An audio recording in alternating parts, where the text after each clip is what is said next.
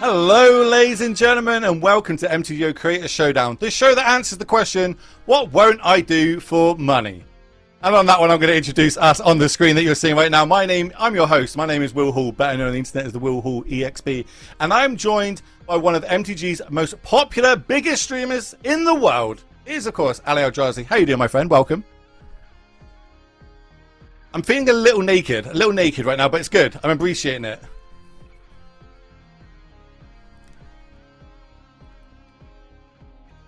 It is good.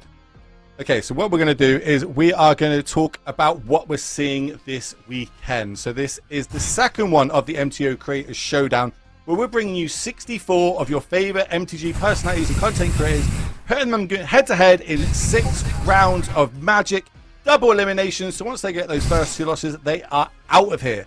But this month, the format is Modern, the beautiful game. Ali, talk to me about Modern. What does it consist of? So Modern is a set that includes most sets since 2003, including Modern Masters Horizons and Modern Masters. And there's a banned list of 53 cards, but in this one specifically, we've clipped the wings off Nadu.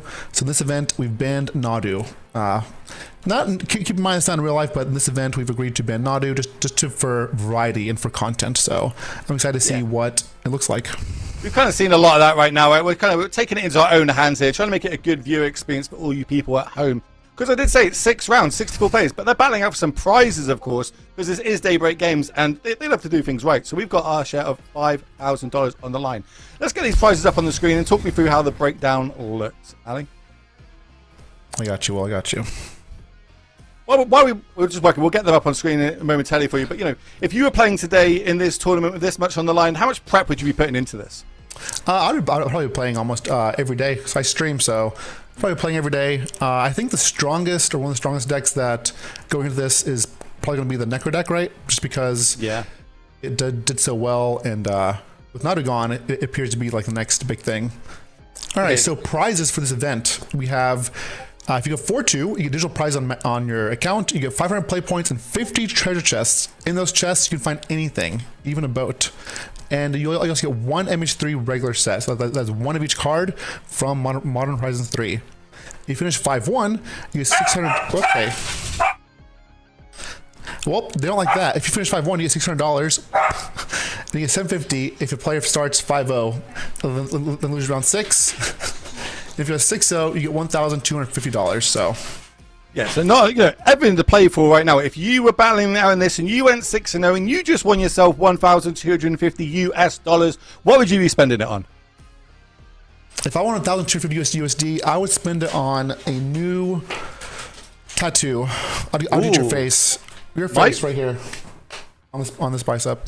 I'm so tempted just to throw the money up there right now myself and just say you've won the jackpot, because you get to look in the mirror every day, look at this lovely mug, it would be beautiful. But I mean, it'd be glorious, honestly. It would be glorious. And you know what else is glorious? Giveaways. We've got loads of them throughout today's show. We're going to be giving 120 play points out throughout the show. Whenever I decide, they gave me the power for it, ladies and gentlemen. So whenever I decide I'm going to start a giveaway, you have to be in it to win it. So you make sure you stay on this channel, have it open, and you're interacting throughout the show, because otherwise, you won't be able to win those prizes. As well as just play points, well, we've got a Beacon microphone to give away as well from our sponsor, Beacon. These obviously do amazing microphones. You see a lot of content creators using these. If you want to become a content creator yourself, well, this is a start to it, getting one of the best microphones on the market. So again, make sure you stay tuned in the stream, because I'll be doing that giveaway later on in the show.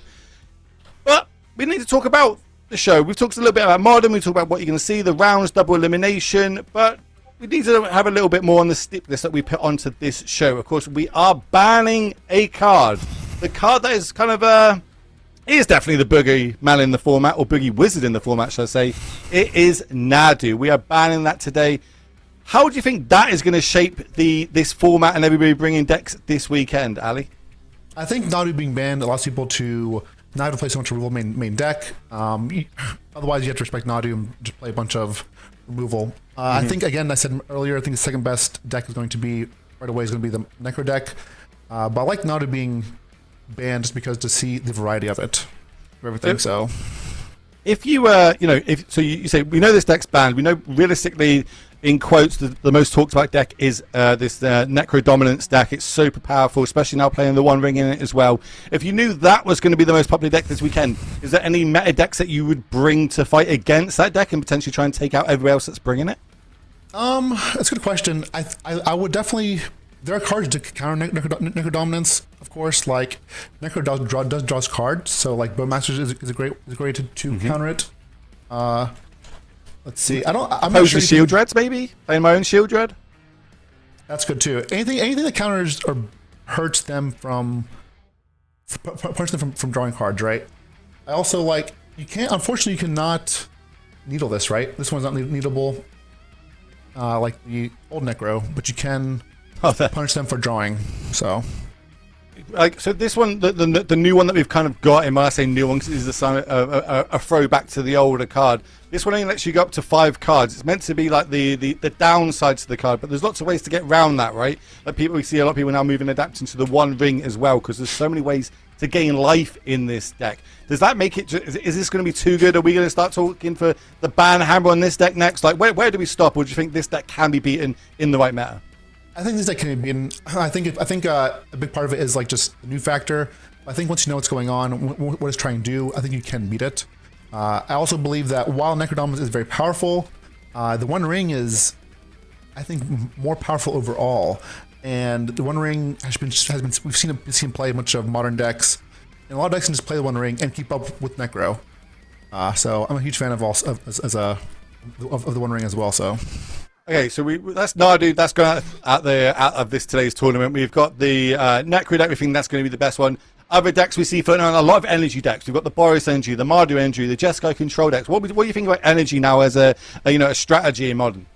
So I think Boros energy is a great one that people are going to because it's basically all modern Horizons 3 cards, right? It has one of the best planeswalkers, if not the best one for modern, which is Ajani.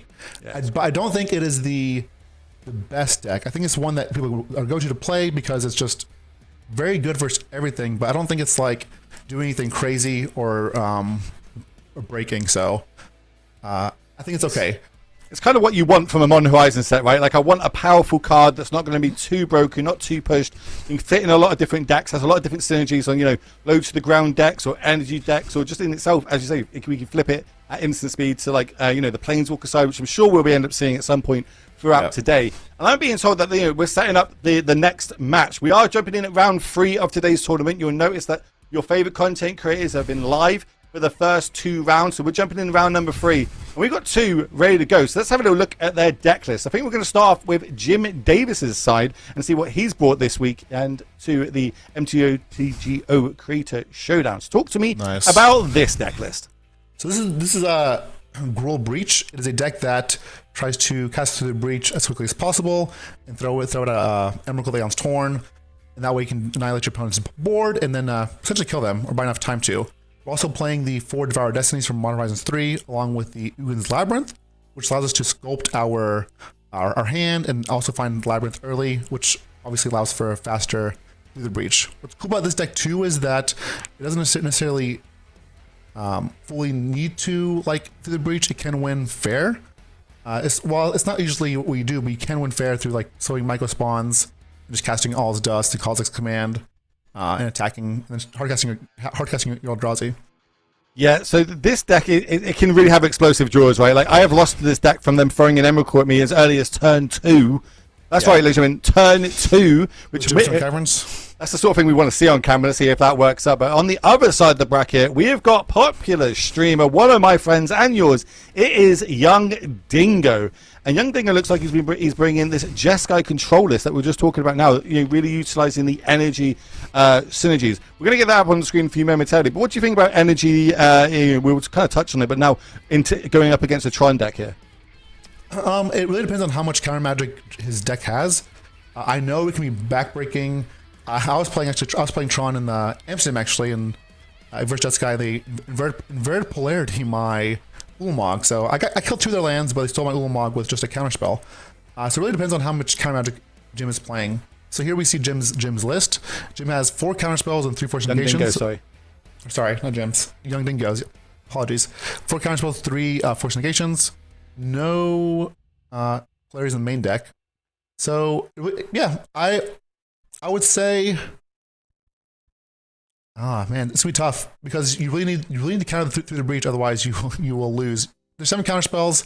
I'll still think the just got player will take it overall.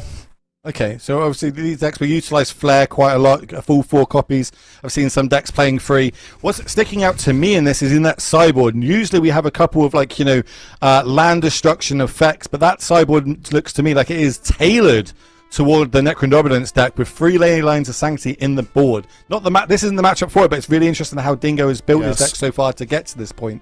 And we are, both these players, at 2-0 going into this round. So, nice. This looks sick. I'm excited to see how this plays out. Also love the you see the polarities sideboard too, and you see he respects Eldrazi, Acrolis spells. You see 4 consigned memories. Oh, such a good card. Such a good card. Yeah. I thought this was like what's the card I'm calling, like the mana spike one where they got to pay 1 extra mana for it. I thought that's what it did until I actually got hold of the card and cast it, and I was like, oh, this is just straight up 1 mana, stop my Flage from going to the graveyard. 1 mana, stop my opponent's 1 ring.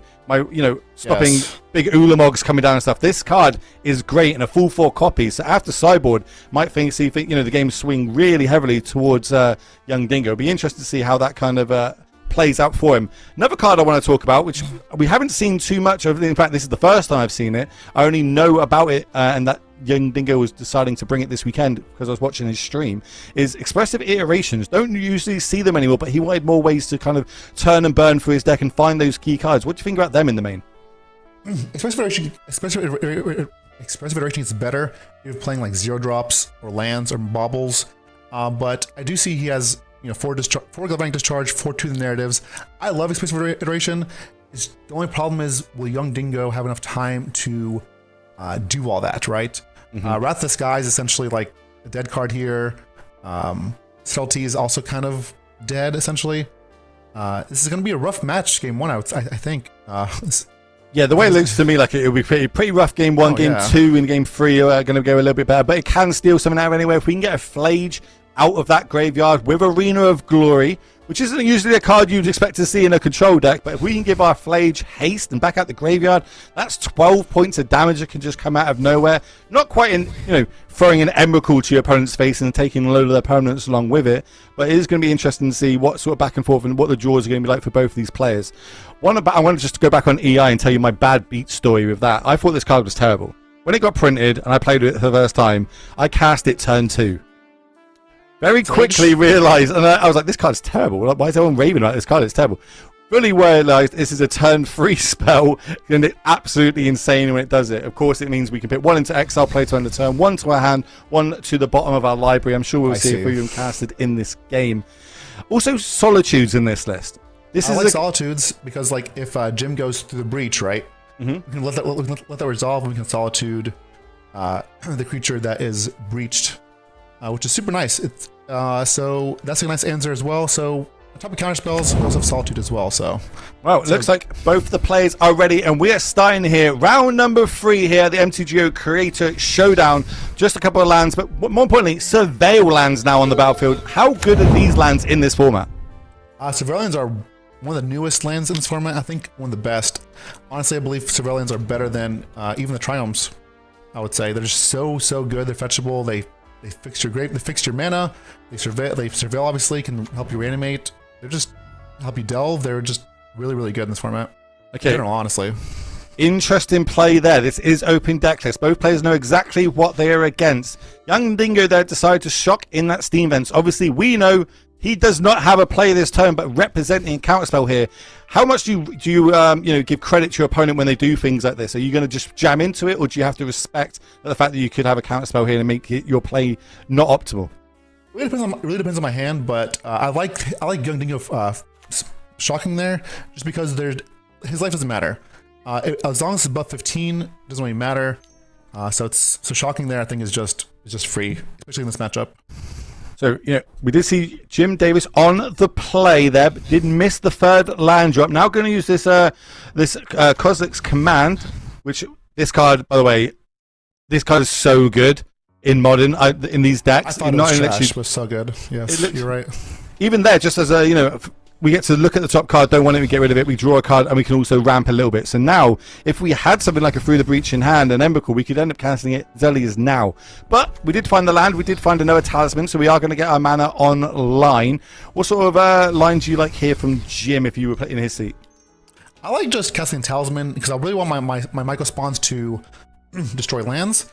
And we might see Jim do the old-fashioned, hey, okay, maybe I can't resolve it through the breach, but I'm going to resolve these Eldrazi's that have cast triggers. It's going to ramp me, it's going to kill your lands, and eventually I'll just kill you with Devour Destiny or just cast my Eldrazi's the fairway. I think you said the key bit there. It's a cast trigger. Doesn't matter if you've got counter spells on the other side. Sure, if my creature doesn't resolve, I'm okay with that. More importantly is I'm ramping and you're losing lands. And obviously, control decks, the way that they win is they catch up with some sort of big sweeper effect, get a 2-for-1, and then they're able to, cast 2 spells a turn with their multiple lands. If we're just stone raining them every turn at the minute, it is not going to go well. And how about this play? Just firing off a discharge on that token, taking out a little bit more of the ramp here for Jim Davis. Yeah, he just wants to pipe the mana. Also found 2 Solitudes for Through the Breach, but Jim is not going to go for Through the Breach. He's just going to Micro Spawn here. Well, also, we kind of touched over it a little bit. We're talking about counter magic so much, but there's a Cavernous Souls on the battlefield on Eldrazi. Nice. This one is not going to be kicked, so we're just going to go find our land ourselves. If our opponent's going to take away our mana sources, we're going to go find them, and we can find any as Eldrazi Temple now hits the battlefield, and that can generate 2 mana for all Eldrazi's throughout the rest of the game. And what's cool about Temple is it also works for All's Dust and Devour Destiny. So All's Dust on a creature, but it's a spell, but it's a Eldrazi spell. Also, Causeless Command is an Eldrazi. So Temple also works for a Causeless Command too, which made Temple way, way better after the new set MH3 coming out, and we're now seeing these Tron decks kind of rising through the ranks in popularity. Some of the big streamers doing extremely well with them. Here comes Flage, still representing that 2 mana though, making Jim Davis think about it, at least consider it in whatever play he's going to make. Let's draw an Ancient Stirrings now. I remember when everyone was talking about banning this card and how powerful it can be. Yeah, it is compared to Preordain or Ponder. It's just a really good card in decks that hits everything. So yeah, it's just show up. Obviously, we don't see it too much anymore in Hardened Scales. That deck's kind of falling off the radar a little bit at the minute. But here's an Emrakul found. So now that's one half of the. I'm going to call it a combo because it is a combo anytime you get an Emrakul on the battlefield before turn 15. I never see Michael Spawn, who's going to eat. I like eating the blue sources here, personally. I think I go for the blue-white source because then it turns off the Solitude. Yeah, turns off Solitude. Also turns off Wrath of the Skies as well, which could deal with our talismans later on in the game. And also hurts the Titan as well, the Flage. True. Okay, we're at 9 mana. There you go. He shut off our Wrath of the Skies there. Love to see it. I think it makes sense in that spot. Another Emrakul, not exactly what we're after. Can we cast the Destiny in hand? Oh, we have plenty of mana. I think it was jamming here. Just start. Yeah.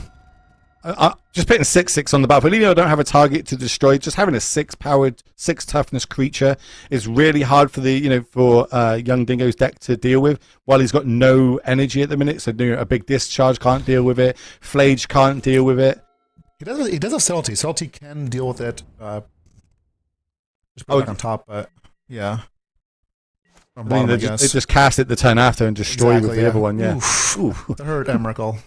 Yeah, that's not ideal. Not what you want here. We definitely want the other side of the piece here. I guess the double hat with this deck is if we go up against Mill, it's basically a buy.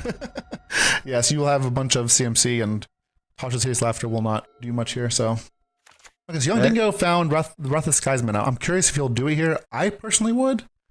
He has no mana. He has no energy left. But I'm tempted to just kill his talismans. Well, yeah, we can do this for 5. We get 1 mana after everything gets cleaned up because that means everything CMC 5 or less, or 1. It'll be 4 or less because we'll use 4 energy. Will be used. Fine. Then we've got Subtlety. Then we've got Force Negation, and we've got Solitude, which we all know don't actually need mana to cast them. Yes, they are free. But unlike Dingo, we know Jim's hand and we know how important mana is. So He's going for it. Yeah, he's gonna. There you I think go. he's deciding right now, does he want to do it for 2 and just get rid of the 2 talismans? Or does he want to do it for 4 and take out the creature? Or does he want to do it for 5, completely tap out and gain a little bit of energy moving forward, but decides not to do any of it? Respecting Jim's full grip, which I understand. I respect that. Jim has like 6 cards in hand, so You can also just go Endertone, Solitude, get rid of the creature and start attacking for free lifelink every turn, which is going to get you out of that bubble, so to speak. absolutely. I think we've got to do something at this point. We can't just sit back and do nothing here. And I think double white getting tapped here means Solitude's going to get cast. That means free life is going to be gained for Jim Davis. But more importantly, Dingo gets to untap with a lifelink creature on the battlefield. This also opens up Jim's Devour Destiny, so now Jim will have a target for Solitude. So, yeah, that's also good for Jim as well. So we saw Drew turn the narrative, which drew another land that turn, yeah. Do you know what the blue land does? The legendary land? Untap target legendary permanent. Basically, it says untap the 1 ring, and then you can use it again in the same turn. It's disgusting. Gotcha. That's sweet. Okay. Okay, so we're going to fire this off for 2, just to get reduce the mana a little bit on the other side. It's not going to hurt it too much. You're still going to have 7 mana on the battlefield, which is enough to cast the sowing that we just drew for this turn. But maybe we go for a Destiny. It's going to be interesting to see what Jim does here. I would sowing here. Just keep going. Keep going. Thin the deck out. Ramp up. Blow up the untap land. The ring land, you said. That sounds miserable to play against, so. I think right now that's like the one card Dingo is digging for. If he can hit the ring here, that's going to be huge. He'll be able to pull away this game because there's not very many good answers on the other side. All his dust doesn't touch it. The Destiny doesn't touch it. Basically, only Emrakul can deal with it. And Emrakul's not that good after you played the ring on that turn. We know how powerful it can be. I think we might be using a Subtlety here. Yeah, hard cast Subtlety. You know the shields are down because Jim has tapped out, so there's not realistically going to be any big follow-up plays here. He's doing it with the search trigger on the stack, so if Jim puts it on top, he will still lose it if he gets a land. So this is a pretty good play as well.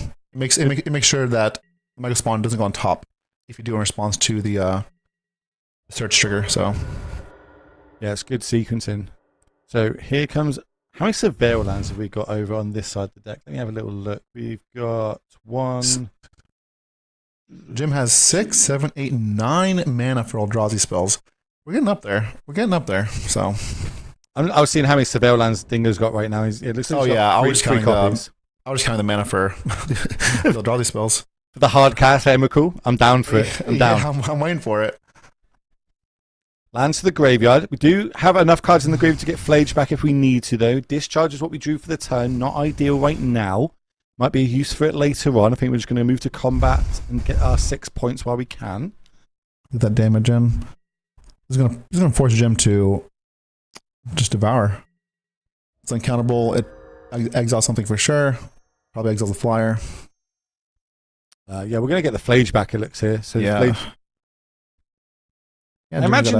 I imagine Dingo must know at least one of these. One of these was in the opening hand for Jim, and it does have an effect while it is in your opening hand. Gets to look at the top 4 cards, put 1 and back, put 3 into exile. So maybe with full knowledge of that coming, is happy to play it out. Yeah, I think Jim has to go for Devour, not All's Dust. Yep. Yep. Good call. Exile the Titan. Flage gone. Flage, by the way, such a good card. Such a good card. Yeah, it didn't appear that good when we first saw it, but the fact that it affects the battlefield and gains you just instead of the hand is just very, very subtly powerful. Okay, I like how you did that subtlety. Yeah, there you go. Okay, cat spell drawn, not ideal in the face of a Cavern of Souls on the other side. We're going to start off with an Ancient Stirrings that we drew for the turn, so we get to look at the top 5, put a colourless permanent into our hand, which in this deck is pretty powerful. You can pick lands, creatures, and spells because most of them, if not all of them, are colourless. We can't get through the breach. Can't get through the breach. No, but that's okay. Everything else is good game. Arguably, that's the one Jim wants right now. Yes. Would be pretty. 6, 7, 8, 9. Also, Ulamog. I think we can cast Ulamog now. Right? 6, 7, 8, 9, 10. We can cast Ulamog if we find him. Have we got 10 mana? Yeah, we've got 10. Okay. Yeah. Yep. And that card in itself is a beat stick. So it looks like we just found a Grove of the Burn Willows. Don't see it too much anymore, but again, another spell land that can produce colorless mana as well as green or red if needs be. Here comes another Destiny. That's going to get the subtlety out of it, get that flyer gone and dusted. Dingo's in a weird situation here. He'd love to subtlety this, but all Jim's going to do is put it back on top, and you're going to have to deal with the same thing again next turn. So, yeah, I think we just have to Solitude here. I don't know if I like this attack personally, but no, I don't mind it. I don't mind this. We're saying that we are at 8, but then the only thing that Dingo can really have is either multiple Gravanic discharges or another subtlety. And if he uses a subtlety, I'm gaining 6 life anyway. I see. Or Solitude, yeah. If you use Solitude, Solitude. There's so many free spells, creatures, elementals. Just obviously had the reprint in MH3 as well. Ooh, a lot of counter magic there. Well, if we use the All is Dust through the Cavern of Souls. Only creatures. Okay, only creature spells. Just making sure. Ooh. Yeah. Okay. How does Crescent Wolf Run work here?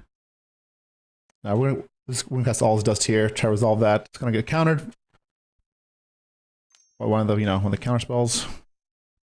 Yep, counter spell's going to take that one out. Have you got a specific art of counter spell that you use? I like just the full art.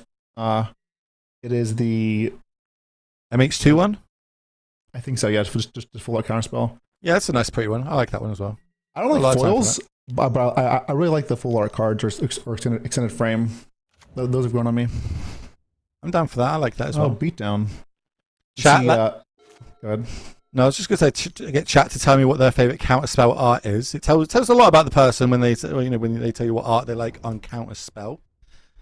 We're going to go a card deeper. 2 more energy added. We find ourselves a Hallowed Fountain. That's not ideal. I like the Cell TOT because if Dingo draws a Flage, he can just kill Jim. Oh yeah, that's a good point. I didn't even realise that. Yeah, Flage would have been GG here. Still haven't found any copies of the One Ring yet, and we're almost halfway through our deck.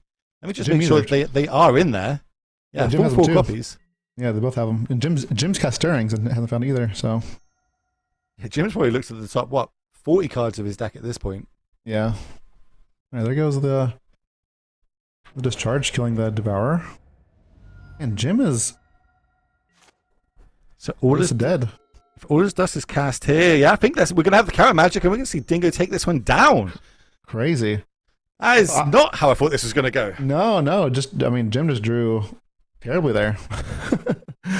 It happens, right? Sometimes you play Tron, sometimes you just draw the mana side of your deck, and these control decks with the 1-for-1 kind of blocking it is going to, it's not going to pay off for you. But that means that Young Dingo is going to be 1 game up, but we get to go to sideboards, and we spoke about how good Young Dingo's sideboard is for this matchup. So let's have a look at his deck list over on Young Dingo's side and see what he could be bringing in here. What do you like? I like a number of memories here. I don't know if it will bring all 4, because it doesn't counter through the reach, but it does counter Jim's fair game, which I like a lot. Invert Polarity, I'm not a fan of here, because Jim isn't really casting the Beal draws, he's just going to put them in play. So yeah, I like the memories and Advanced Magistrate. That's outside the game. Spells outside the game can be cast. So yeah, this isn't the matchup for it. That's for like the energy decks and. So we know he's cutting some number of probably Wrath of Skies, some number of them, and bringing maybe a couple consigned memories. But I think that's it. So it is open deck list. So we do, Dingo will be understand how many Cavern of Souls are in the list for Jim Davis. Just the 1 copy. So maybe we'll keep in some of these counter magic. I do want to talk about this in better priority. Might not be great in this matchup, but I want them to come in purely because I want to see Dingo steal a big. I want him to just steal a big Eldrazi and then turn it sideways on the Tron deck. Coverage. That's what we want it for. We want some amazing things like that to happen on this. But it looks like they're already starting off, so we don't get to really look at Jim's sideboard. But just a quick look at it there. We've got a couple of Dismembers, a couple of Fort Knots, a couple of Trinispheres, World Breakers, and Bajuka Bogs. Wow. So then, so Jim's going for the fair game, and Dingo saw that and brought in all the memories. So if I know Jim has Fauna Seers and stuff, then I'm also going for more memories. And Jim, you see Jim here is trying to play a fair game, a more fair game. I was about to say, fair in quotes, does have a land that does tap for 2 mana right now. Yeah, a more fair one. Okay, Surveil Land off our fetch. We like the card on top, so we're going to draw it. It is the One Ring, so we've at least found one of them right now. Okay, the next. art. I was about to say, next question. What's your favorite art of the One Ring? That one. Okay, the one Dingo has. The Scrolls one, yeah. Yeah, scroll version. I have my Orcish Bowmasters in that one. I've got the Justine Jones One Ring arts, the ones that are really hard to read. That's the arts I have. Are those the Secret Lair ones? The ones that are like kind of like wild? I'll say yeah. They're crazy. They're crazy. They're the showcase ones. I think they're called the poster ones or something along those lines. As we are going to get our first Eldrazi spell cast, it looks like it is going to be Kozilek's Command. That is a big one. That's mana. I imagine mana is going to be Scry X and draw one. It's not resolving. Counter. Oh, beautiful. Dingo has 4 of these. Yes, this is going to be brutal. So what's the reason in there behind using that over counterspell? As in straight up counterspell? I think just to hold up, because counterspell hits anything, right? And memories is forced to hit a colorless spells here. So, oh wow, and Dingo here can memory and replicate it and counter both of these triggers. That's so beautiful. I was about to say, it's a cash trigger from Worldbreaker. Haven't seen this card in a long time, but it is kind of popping up a little bit more now in Modern because it can recur it back out the graveyard. But yeah, Dingo's going to do exactly what you said here. So talk me through this exact line that's happening. So, Consigned Memory has the ability called Replicate. When you cast it, you can pay additional mana. Each time you do it, it will copy itself. So it's a way to get through Chalice of the Void. And it counters. It's going to counter the colorless spell and counter triggered ability, which is the Land Destroy and the Water Breaker. Dingo here drew a land, which is fantastic. I imagine. Do you think he'll go for the One Ring here? How much mana have we got on the other side? He can. I think he can. 5, 6. I think I would go for it because also it's going to turn off this Fortnite series as well. Like, what's the worst that could happen? The only thing that can happen breach, right? Is I'm about to say is breach. That's the only thing. Yeah. But I'm going to make you have it. Okay. Dingo agrees with you.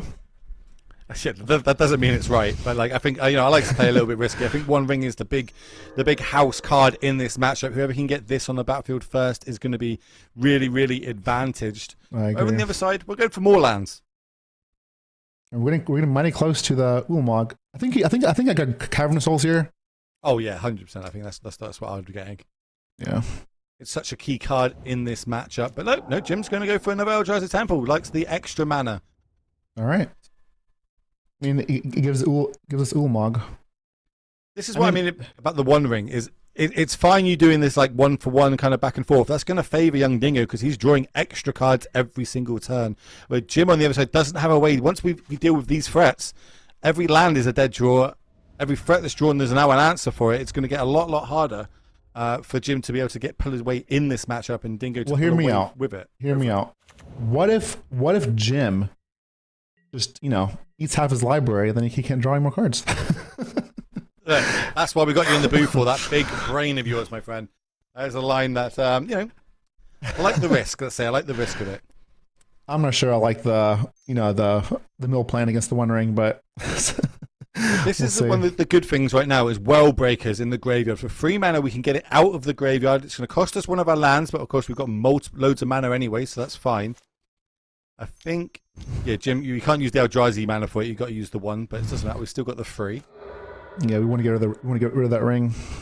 And this is ideal, right? This is exactly what Jim wants to be doing because it's a recurring threat every turn that also is going to be dealing with a permanent on the other side unless Dingo's got more ways to stop it with more, a few more memories in hand, which we know he doesn't have.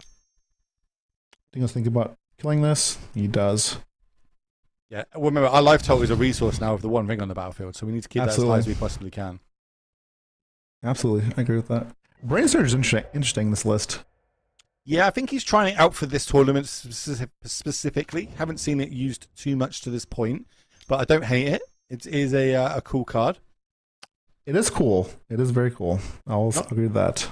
Not as cool as a Well Breaker, a 5/7 that destroys lands when you cast it. That's pretty cool as well. I think Exiles, right? Oh, yes. yeah, Exiles. Yeah, sorry. Wait, wow, Jim chose to hit a land, I believe, instead of the ring, which is interesting. That is interesting. Maybe Jim wasn't fully aware of that, or maybe there's a decision. There's got to be a reason behind this. Maybe he thinks that you can draw all the cards you want if I can keep hitting your lands down and pressure your life total a lot, early on, maybe then I'm gonna utilize this one ring being pretty bad for you. Interesting. It's an interesting line, especially versus Solitude, because we know Dingo can just exile the World Breaker, but okay. I mean, hey, let's see how it pans out. You know what I mean? Yeah, got a game sure. plan. Jim Davis, genuinely one of the best players in the world at the minute. He's always a staple on some of the big teams, always at the Pro Tour. Again, like yourself, one of the biggest streamers we have in Magic the Gathering, always putting out amazing content.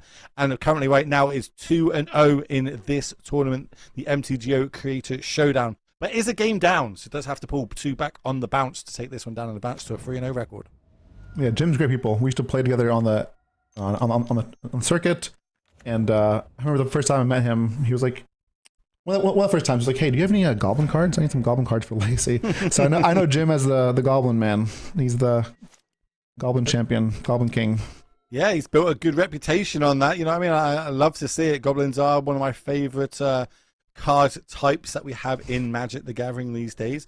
It's only second to Slivers. Slivers is my favorite creature type, I'm not going to lie to you. That one is sweet. We do need some more wizards. Please print some more. I used to love that in the core sets. I was like, oh, we might get Slivers and we'll be able to do it. But I think we've got 10 mana because we are clicking on the Zulamog. Exile half the library. Subtlety in hand. So it's probably not going to resolve, but the trigger's going to happen nonetheless. Turning 37 cards down to quick math about 17, 18 cards. If he subtleties it though, Jim puts it back on top and exiles another half. Yeah, that's pretty brutal. And now we're seeing that the other side of the dynamic. Jim's threats are sticking and resolving. This counter magic on the other side isn't doing too much. Everything with these cash triggers is taking effect of his deck. Only 17 cards left in it. This is impressive. This is so impressive. I was half joking about the mill plan, but like it's happening. It feels like Jim's basically just kicking the door down. It's not like finessing anything. It's just pure brute force going for that end step. 3 life lost from the one ring because it is tempting us. It is teasing us with its power and the greed of it. Do we want to be drawing more cards? We did find another one ring, so we can reset the one on the battlefield if needs be. But we would have to tap out for it. I wonder if those fetches are dead for Dingo. Oh yeah, he's lost like a lot of his library. 16 cards left. Doesn't even have enough cards to win the game. That's the other one. There is a Flage in the graveyard, I must say.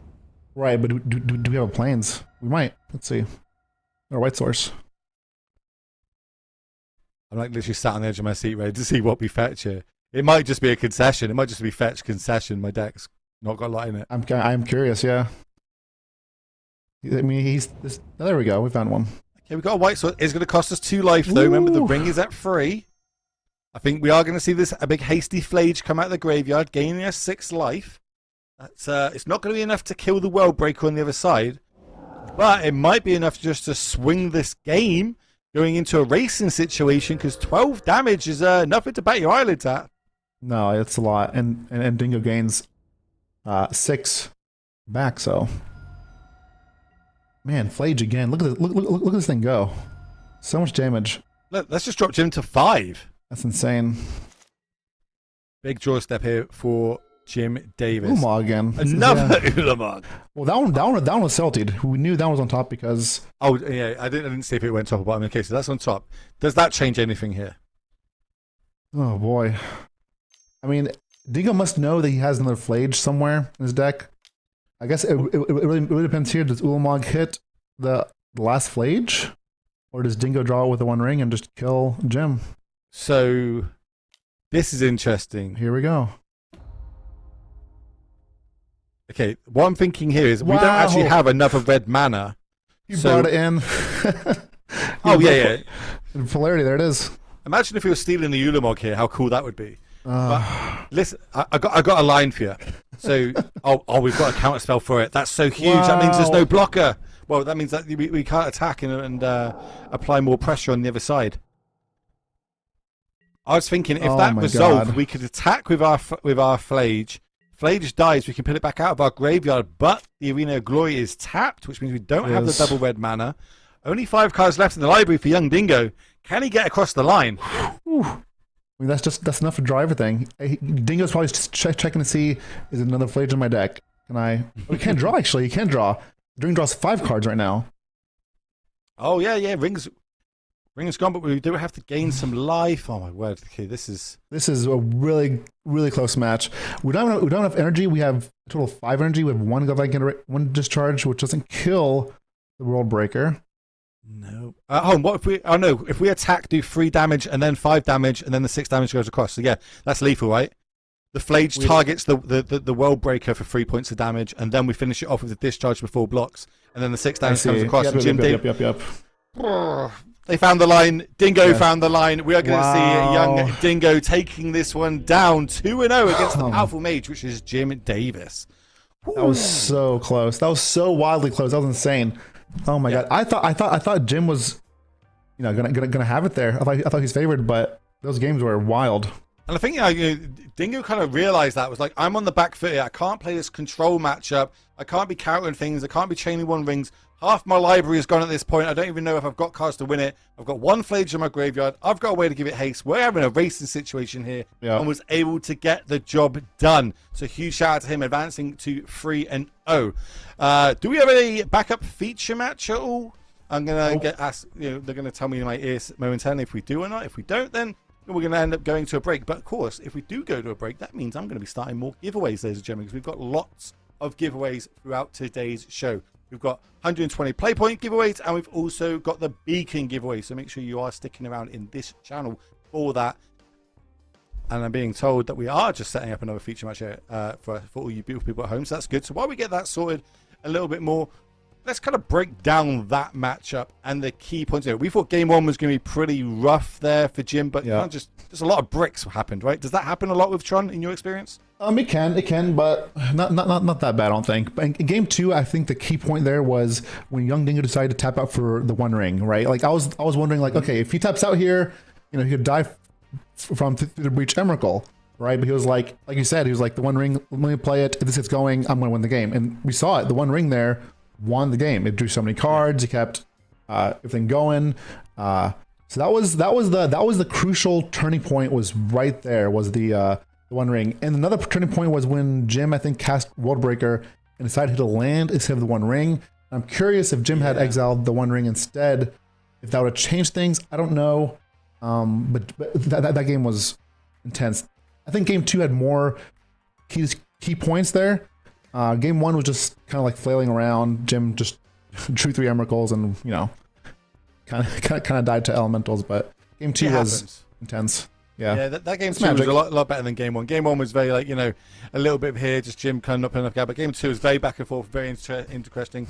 Chat wants to know if it's casual Saturday or not. No. We're in the club. We're in the club. It's Saturday. We're out in the club. Come on now. You're watching from the club. You know what I mean? This is the sort of club you're going to find me in alley at, especially here in, I'm going to say London because you're in London these days. So yeah, it is what it is. We even straight from the club. I'll break down what the chat went like for everybody at home, so that wasn't involved in this. Ali, would you like to cast MTGO Creator Showdown? Yes, Will, I would. That's great. Will, what's going to be the dress code? Ties, my friend. He goes, with tank tops. Deal. Done. Here we are right now, living the dream. It's nice and cool. It's great. Got to watch TSOs for, some slippage that might happen on my side. Careful there. It's good. Plus, we'll show off the tat. It's all good. It's all good. I hope you...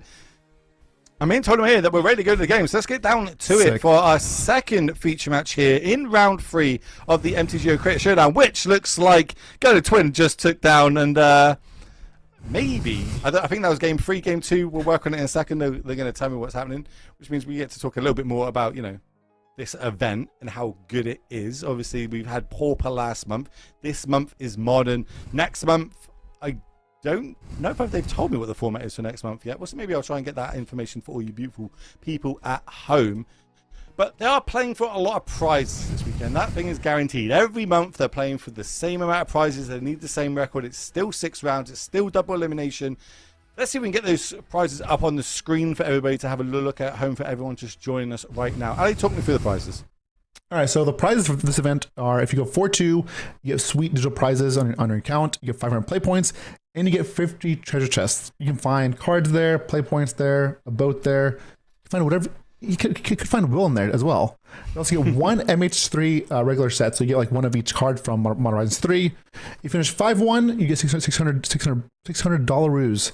However, if you go 5-0 first and lose the last one, you get extra $150. You know, nice little bonus there, so don't feel as bad. And if you get the 6-0 finish, don't lose at all, you get $1,250. And now with those back to you, what would you buy if you had an extra $1,250, Will? Oh, I'd buy a tighter top. That's what I'd do. A tighter top and a more sparkly tie. I think that would go down really, really well in this. I mean, Wow. that was our last backup feature match. So what I get to do for you beautiful people at home is I can start a giveaway. And, oh no, I'm being told apparently we are going to get another one of you. Well, while we're waiting for that other one, I'm going to start a giveaway anyway because they gave me the power to do all the giveaways today, ladies and gentlemen. So I think we should do one right now. What words shall we use? Gym Bros? Gym Bros. All right, chat, type the word Gym Bros in the stream right now, and you're going to have a chance of winning 120 play points courtesy of Daybreak Games. I'm going to pick that winner when we go into round 4, so we're going to keep it running all the way through. But, we're on theme. We're in the club with Gym Bros. Next, in a minute, we'll have a point. Points where you do so many points. We're going to do press-ups or something. What's that? What's the streamer thing that you call that? Points. Channel points? Channel points, that's the one. Yeah, channel point redemption where, 2,000 points. We'll do 2,000 press-ups. I don't know if you're counting or not. It's fine. How much to twerk? I'll have to ask the big bosses for that. That's out of my pay grade. I don't know if I could do that, but I'm happy that you could do that though. I can't do it, but I'm just saying if you want to try it, I'm down to try it. That's all I'm saying. That's probably the more comical value. It's not in any other reference, just how bad I would be at that. I don't think I've got the entertainment value. I'm an old man these days, dude. I'm old now. You know what I mean? I'm What's old? old? I'm close What's to old? 40 now. Look at this. 40. So I have grays. I'm old too. I think I'm older than you are. How old are you? I'm 8. I'm 30 plus 8. Wow, you are a dinosaur. Actually, you are ancient. Never mind. You are the oldest dinosaur I know. I can't. Never mind. You're right. You're old. Jeez, live on chat. Okay. I'm being told that we're gonna end up moving to a break anyway. So we're gonna go to a break, which means by the time that we come back, I'm going to be picking the winner because obviously we've got that giveaway happening right now. Type the word Gym Bros to be in the chance of 120 play points. We've also got later on today not only a bunch more of these play point giveaways, but we've also got the Beacon giveaway where we're giving away one of the Beacon's brand new mics. So these are some of the best microphones you can have on the market. We'll be doing this later on. Don't type the word Beacon yet. It'll be wasted. Don't do it. Gym Bros is the word you need to type in, not Beacon. And you'll get, but that means you've got to stick around a little bit longer. That's what we do there. We throw you that bait, wheel you in a little bit long. But, we're only in round number 3 right now. So when we're going to go away, have a break, come back for round 4. We'll see you then. Don't go anywhere.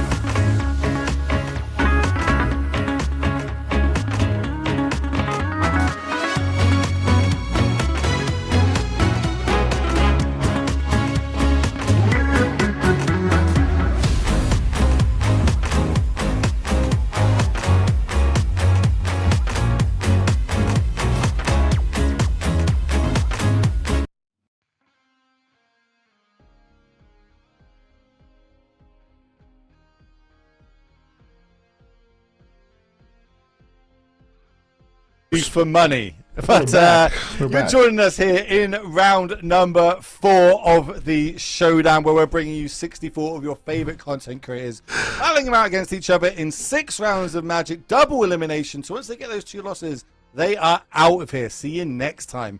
And they're battling out for some really cool prizes. So let's have a look at what they're battling out for. And Ali, talk me through these prizes. Everyone here is battling for $1 million and a chance to go on a date with Will. Let's go. Oh, no. Nobody wants that. I'm kidding. Whoa. Except me. All right, so if you go 4 and 2, you'll get digital prizes on your Magic Online account, 500 play points, and 50 treasure chests. And again, in those chests, you can find play points, cards, again, even a bow, anything. You also get 1 Modern Horizons 3 regular set, so that's 1 of each card from Modern Horizons 3. If you go 5 and 1, you get $600, but you will get $750 if you go start 5-0. So you start 5-0 and lose the last one. It sucks, but you know what? Here's an extra $150. All right, can't be that bad. Then if you go 6-0, you get the grand prize for today, which is $1,250. That is enough to take me out on a date, just saying in case anyone's wondering out there. You know, I'm happy with that. I'll take that. I mean, how much does it cost to take you on a date? How much? Is it $1,250? Yeah, it's up there. You know, it'd pay for like the top of another sleeve or something, maybe. You know, have a little tattoo date. I'm down for that. You're expensive. All right. I am expensive. I just say everyone's aware. I am very expensive. But yeah, do you know what else? I'm $20. $20 from me, you got me. That's all I need. Come on, dude. You live in England now. It's £20. Pounds. Oh, sorry. We don't do bucks over here. It's pounds. 20 quid. Excuse me, 20 quid. 20 quid, mate. That's exactly what it is. You got to go all London on it. All right. But we've got something really cool to talk about. Something exclusive, which is coming to MTGO. And it's for the first time. It is, you know, and I know this is going to make a lot of people happy. So I'm going to read it word for word to make sure that, you know, I don't mess any of this up. If you ever wanted to battle out on the most competitive frontier of Commander's Multiverse? If so, get ready for the debut of Dual Commander format coming to Magic Online. I'm going to say that line one more time. Get ready for the debut of the Dual Commander format coming to Magic Online. With thousands of fans around the world, including hundreds of players battling out in the French National Dual Commander Championships in Châteauroux, France this weekend, we're excited to bring you the high-powered game mode on MTGO. Featuring the best of 3 matches, starting at 20 life points, and a unique rule set. Dual Commander will bring both a casual room as well as league play to brew your best 100 card creations and ready to battle starting after downtime on Wednesday, July 24th. So, you know, the next downtime, the next update is coming on MTGO. There is going to be leagues for Dual Commander. That's for the first time. That's exactly. Daybreak have batting this out of the park. They know what you want, and they're bringing it to all you beautiful people out there. What do you think about that, Ali? I want to ask. I got the quick question. What is your commander? If you played Commander, do you play Commander? I've played it a couple of times, not a lot. Wow. If I was going to do it, I would go something like, you know, like Sliver Queen. Sliver Queen. Okay, so Slivers. You told me favorite creature Slivers. All right. That's exciting. So my first one was blue white. Grand Arbiter. You got to say what the commander is. Blue white. Grand Arbiter Augustine the Fourth. Okay. Makes all your spells cost 1 more. All mine cost 1 less. Very fair. Sounds terrible for me, but sure. That means my Soul Ring's going to cost 2 mana now. What's up with that? Why are you doing that to me? Soul Ring's going to be the most broken card in the game, and you're making me pay 2 mana. Makes it very less broken. Just play Mental Misstep. We used to play Mental Misstep in my pods.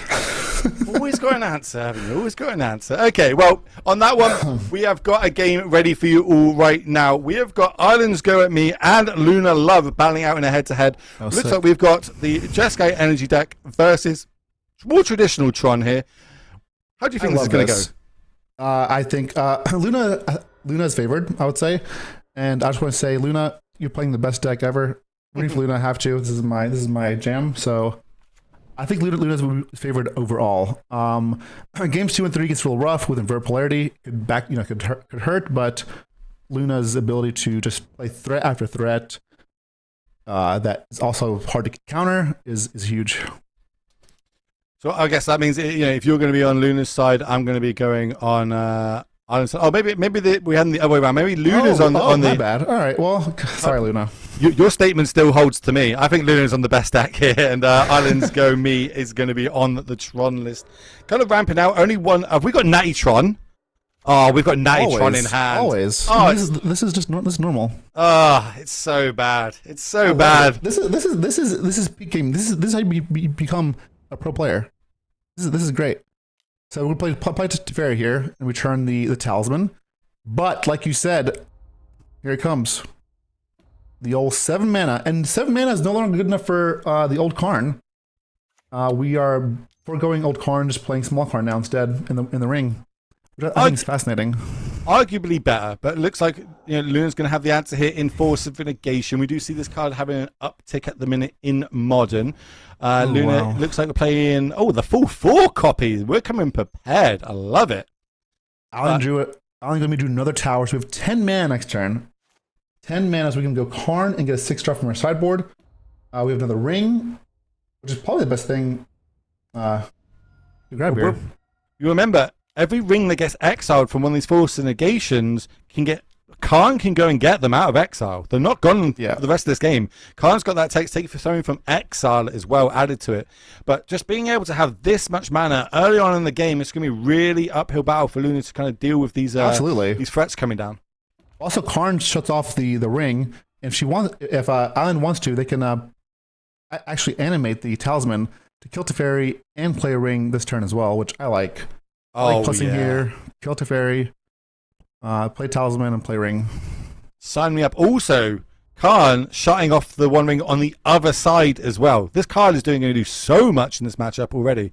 But it looks like we're going to just do this to get our Teferi off the battlefield while adding a 6/6 to it. I like the line too. I prefer the save that for later, but 6/6s must deal with threat now, so this works as well. Yeah, I think we might end up seeing that Solitude being cast momentarily. Maybe in response to this Fortnite that we just drew for the turn. Boy. We can't see the sideboard and what we're tuning up here, but we do have access to this because it is an open deck. There's Southern Titan. Southern Titan is a good one. We have more rings. We have Trinisphere, which can hurt as well. I personally like Southern Titan or the One Ring here. See, I'm going greedier. I like Stonebrain. If I take those Phlages out of the deck, you've only got 5 other creatures to win this game. Well, I personally would like just cast Thanasia first and then minus on Karn, but I suppose that also makes sense. I like it. So just so we know, because then if I see Phlage, we'll do that as well. Remember, both of these players are 3-0. We're in round number 4 of 6 rounds today. Double elimination, so they do have a loss to give, but ideally you want to go undefeated to get that max prize for today. Fortnite gets to draw a card, and then you get to take a card. We've seen that multiple times in the past. Which one of these cards do you think we're going to be taking? Oh, Force, absolutely. And then that means our ring resolve, which is going to be going to change the game up here. Yeah, this is going to be pretty back-breaking. And now we get to refill our hand. We've got all the mana. We're just looking for spells to cast at this point. And Colors come out. We already know how good that one can be. We're ramping a little bit more with this Talisman. Yeah, this is everything's coming up really, really well here for Islands Go at me. I'm telling you, this matchup is heavy favorite for Island Go. Heavily favorite for them. Does that change any? Oh, we don't have any energy. Hold on. We can add 3 energy from the discharge plus 2 energy. We can get everything 5 CMC, but that doesn't do much on this board. Well, I think what we want to do here is we want to get energy with the Wrath of the Skies and try to Galvanic discharge the Karn to unlock our One Ring, right? So we want to. Okay. Can we do that though? We can go the Skies for 2, which will get rid of both of the talismans on the other side. I don't think you. I think you use Skies for 1, or 2, and then don't use energy. Then just blast Karn so we can unlock the ring, right? I think the ring is what you need. Yeah, you're right. And I don't want Tron to get another Karn activation either. Yeah, because it's up at 4. It means we can go look for that sideboard yet again. And of course, we spoke about all the different options that we can have in that sideboard. We've got Wormcoils, Ballistas, Trinispheres, more One Rings if we need to, Stone Brains. We know the Sundered Titan. We've got the Cityscape Leveler. Maybe even just a Chalice of the Void if we want to, if there's any certain cards that we think we don't want ever resolving happening. I like personally here, just like you said, we have a One Ring in play. We don't have really any great cards to get from the sideboard with Karn at this point. I'd be tempted just to plus Karn here, just to keep it away from removal and just keep Luna's ring locked out. Well, we are cashing it in, so it is going to be within range of this Galvanic discharge Okay, now. that's fair. Here I might is a good one. So this is where we're going to see the discharge, right? And then in response, we can each draw 2 cards of the ring. Ooh, not a response though. Okay. Interesting. Well, this Titan's gonna be brutal too. This Titan's gonna. Oh no, no Titan. Okay. I guess we're respecting the one unknown card. We know about the subtlety, right? It's the Wrath of know the about Skies we subtlety. don't know about. Yeah. So we're going to cast this in response, but then surely I'll just put it back on top of my deck. It feels like it's going to be pretty good. I do want to remind chat that is a giveaway happening right now for 120 play points. We'll be picking the winner as we go into the sideboard, so make sure you type the word Gym Bros, all one word, in the chat to be in a chance of winning 120 play points, courtesy of Daybreak Games. We didn't block here, which I like. We're down to 8 life. How close are we to just Walking Ballista win the game? I mean, we're here. Oh, we're there already. We've already cashed that in. Okay, got you. Dismember being cast here. Can't use a little bit of our life toll. Gonna get this subtlety off the battlefield. I really wish we had blown up a Karn. Oh, so we're going for the Karn here, which is, and then Island Go, me can just Hayward might the ring response before we can activate it. Yeah, I didn't really like the timing of all that, but it looks like we're going to take it down. So Unsgo Me is going to be a game up, which means we get to look at both players' deck lists. Let's look at Luna Love's deck first. She is now going to be a game down, so needs to pull 2 back on the bounce. What do you like out of this sideboard? As I'm going to be picking the winner of the giveaway. All right, here I definitely like both memories. The Infinite Sphere is fantastic. Invert Polarity is super solid. Both between Charmaz. So we bring in two Charmaz, 1 Polarity, 2 Consigned Memory, and 1 Damping Sphere. This is a great way to slow down the Tron deck while also applying some pressure. Charmaz is just brutal against these decks, especially if you're able to chain them against Tron.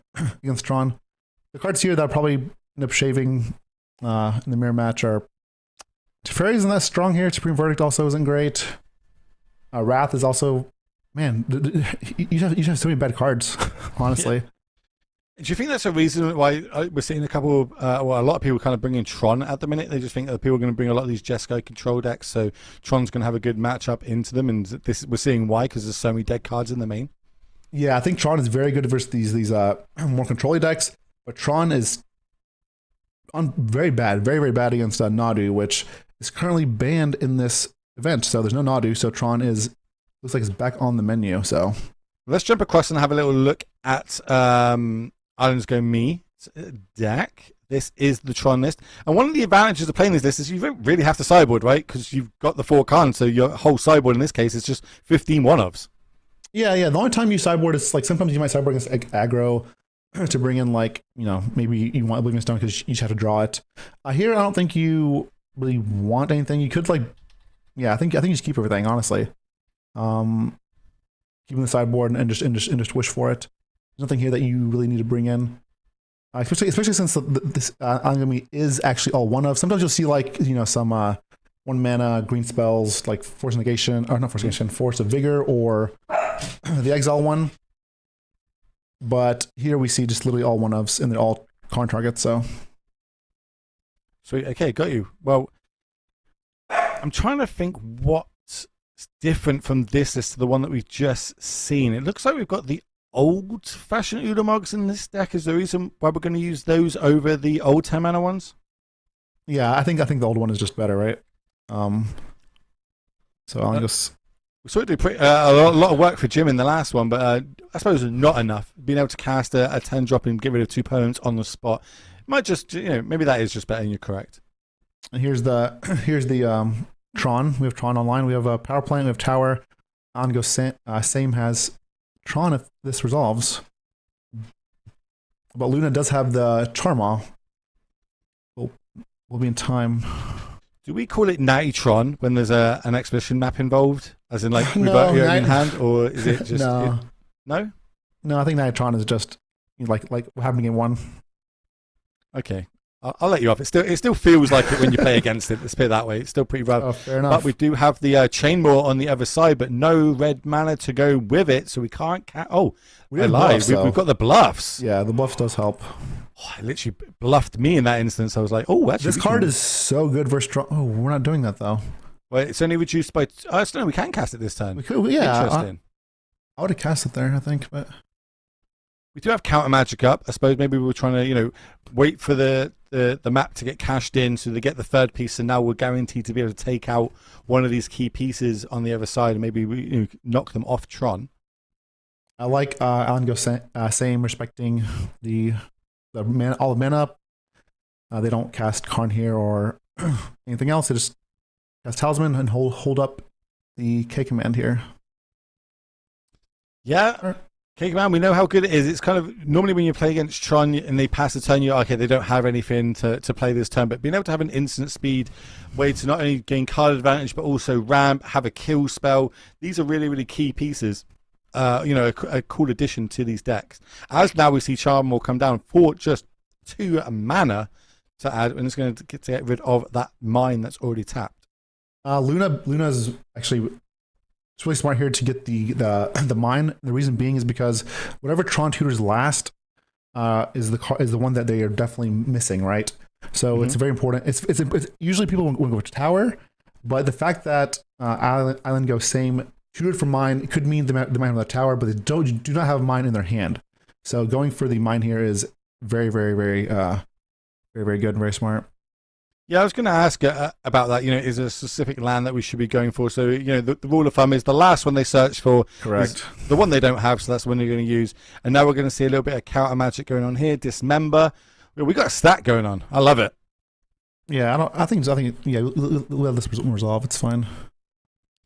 Okay, but now we see Ango Same just sent back. Ooh, that was a good draw.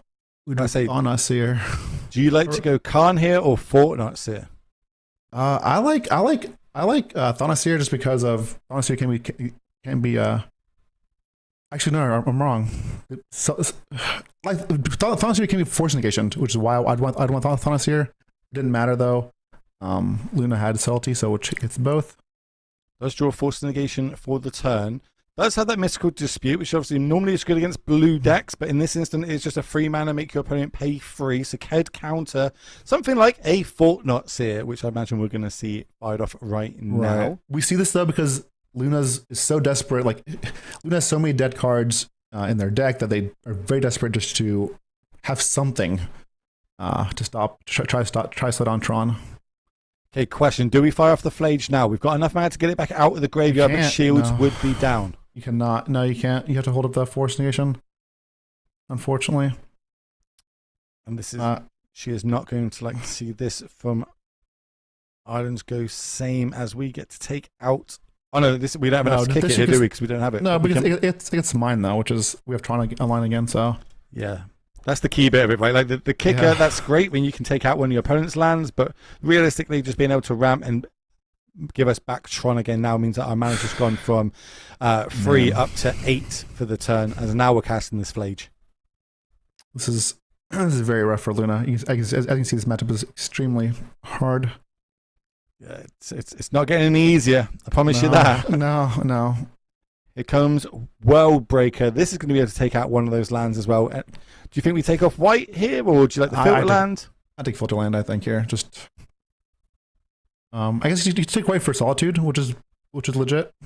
But I'm trying to think, like, is there anything a fetch wouldn't get? Because there's a Flage in the graveyard, which we imagine is the play next turn. Yeah, I like bluffs here, but I think there's also getting white matters for Solitude, but it's also setting back to 3 mana and then just getting the bluff, I think, is correct. Ooh, that is a rough draw. Unfortunate. Yeah, 1 ring. We know how good that is, and realistically could be the deal breaker to get Luna back into this matchup. But with only 3 lands, not being able to cast it just has to pass the turn back. We might see that Solitude being cast. But, yeah, that's brutal. So Mega Spawn's gonna kill a land here and then, ramp on Island Go same. This is not where you want to be at all, especially missing land drops. So Solitude's great there because it does exile the World Breaker, so we can't get it back out of the graveyard. But what's not great is the fact that we're going to be able to destroy another land and go to up another land for ourselves, which, if it's the right land, we might even be able to add another 6/6 to the battlefield. See what we're going to get here. Tower's the one that's popping up in my head. We're just going to get another tower for another 3 points, another 3 mana, but we'll see where we want to go with it. I think you either want to get temple or double up on your temple. Temple's safer in case of, I guess. Well, Sim did kill the bluff, so there's no more Charmoth threat. So honestly, it doesn't matter at this point. Sim could just get nothing, and I think this game's over. Here comes another Urza's Mine for the turn. Yeah, we've got all the mana we want. We've got all the creatures. Luna really needs to hit runner lands to be in with a chance of staying in the game. Of course, a game down already. This could just be a nice clean 2-0 victory for Islands Go Same. Yes, Luna definitely needs land. One ring. Yeah, it's just Yeah, the writing's on the wall at that point. You definitely have to hit land, otherwise it's going to be a bit of a hard time for you. But on that one, it looks like we're going to be coming back to the booth. A nice queen victory there. So we're going to see at least one Tron deck 4-0. Once you're 4-0, you know you're in the prizes. Even if you lose the next two, you know you've got some cool prizes coming your way, courtesy of course, Daybreak Games, and bringing on this amazing show, which is the MTGO Creator Showdown.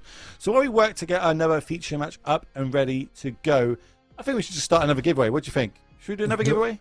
Let's do it. Yes. Okay. Well, because we've got Dual Commander, we just announced that is now coming to MTGO. Let's just have the keyword dual. So, chat.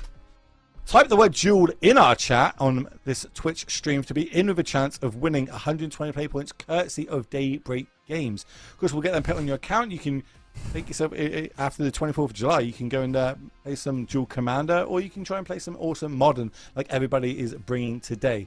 Ali, if you're playing today, battling out amongst 64 other creators, what deck would you be bringing? I would bring play points to buy chests, then open the chests for the tournament. No, what deck would you play to play in this tournament? I know, I was thinking of a bad joke. Actually, okay. I think the best deck, again, we talked about earlier, or the best known deck is going to be Necrodominance. I think I'd bring in Prison Tron here, because this deck, I think it was a newer deck.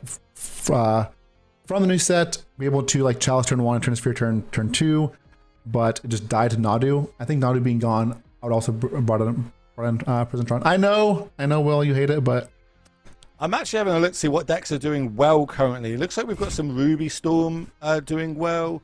Looks like we've got some blue black, and that looks like what we're going to be jumping into here. So while I get these deck lists up, in fact, we might actually just have the matchup that I just said. It looks like we're going to have Ruby Storm versus this like blue black aggro tempo deck. I'm not entirely sure what we'd be calling it, but more importantly, it's got things like Psychic Frog in the deck, which is one of my favorite cards from MH3. Yeah, that card is just sick. Honestly, Psychic Frog is just a cool card, right? Yeah. And very reminiscent of Sectog, which is when I started playing Magic. So nice little throwback to you. We also have the Necrogoyf in this deck list. Obviously, putting cards in our graveyard's great. So we're going to have some sort of some copies of Murktide Regent. We've got this Orcish Bowmaster on the battlefield, and this definitely looks like a sideboard card. Maybe not a main deck card, but a Harbinger of the Seas. That is brutal too. Harbinger of the Seas is At least the Magamax of the Moon lets you bolt it, but there's no clear answer with blue mana to kill the Harbinger outside Dismember. So I'm having a look at the deck list here. There are 0 copies of Lightning Bolt. We do have a couple of Flame Slashers in the board. Of course, most of our spells are, well, in fact, all of our spells in the main pretty much are all red mana, and we've got Manamorphoses as well if we need to kind of filter to any of our sideboard cards. So it's not. Well, in fact, it is a bit all doom and gloom. No, but we can't. Yeah, because this is the blue one. It's not Magus of the Moon. That's what I was saying. Magus of the Moon you can play around because you have bolts, Manamorphose, but the blue one you can't do anything. Like you can just literally nothing. Yeah. Islands are much worse for these decks than mountains are. So. Well, there's 3 mountains in the list total, so we need to draw one of them. Potentially, if we do hit one, then we'll be able to kind of go off with some ritual effects. But Over on the other side, so much counter magic as well. It must have a bunch of it in hand. Well, there's more clock. I mean, we are saying, hey, here's a door. We're closing it very soon. Extremely soon. Yeah, we're going to be going to sideboards momentarily here, unless there's an almighty top deck of some description. I think we might match. That's saying it. We don't know if this is game 2 or game 3 yet. We're trying to update the score and what that's going to be. So if we do end up going to a game 3, we'll obviously get those deck lists on the screen for you all at home. Both players off to a flying start. Bobble makes Nethergoyf a 3/4, which is exactly lethal. Nethergoyf is such a good card, right? Like we always say that Tarmogoyf is not a card that we see too much, but Nethergoyf 1 mana counts just our graveyard. It is great. That looks like that was game 2, and it looks like we're going to have Miria taking that down. I don't know, 2-0, 2-1, something along those lines, but she took it down and is advancing to a 4-0 record, more importantly. So we're in the prizes already on that point, which reminds me, for everybody tuning in right now, we do have that giveaway happening. Type the word Duel, because Duel Commander has just been announced on MTGO, coming out next week is the 24th? 2 weeks. 2 weeks is the 24th. During that update on the Wednesday, you'll be able to play the 1v1 Duel Commander format. So, type the word Duel in chat for being in a chance of winning 120 play points, courtesy of Daybreak Games. Back to what you would bring. You think you'd bring the Tron list? Yeah, yeah. More so, like like Legacy has the Ancient Tomb decks where we can go turn 1, Soul Land, place Chalice on 1, then transfer turn 2. Modern didn't really have that ability until Ugin's Labyrinth. So with Ugin's Labyrinth, we can like just mulligan aggressively into a Chalice, do that turn 1, then turn a Sphere. That's what I'll play. The deck is bad versus Nadu, but I think it's pretty good versus the overall field.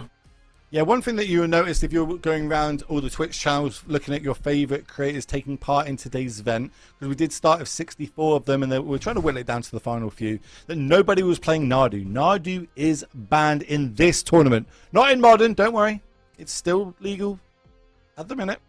But in this tournament, Nadu is banned. We don't want people playing that back to back in this one. It's not a great viewers experience, and realistically, it's not a great players experience. First of all, and that's my personal opinion. So we've got rid of it out of this tournament.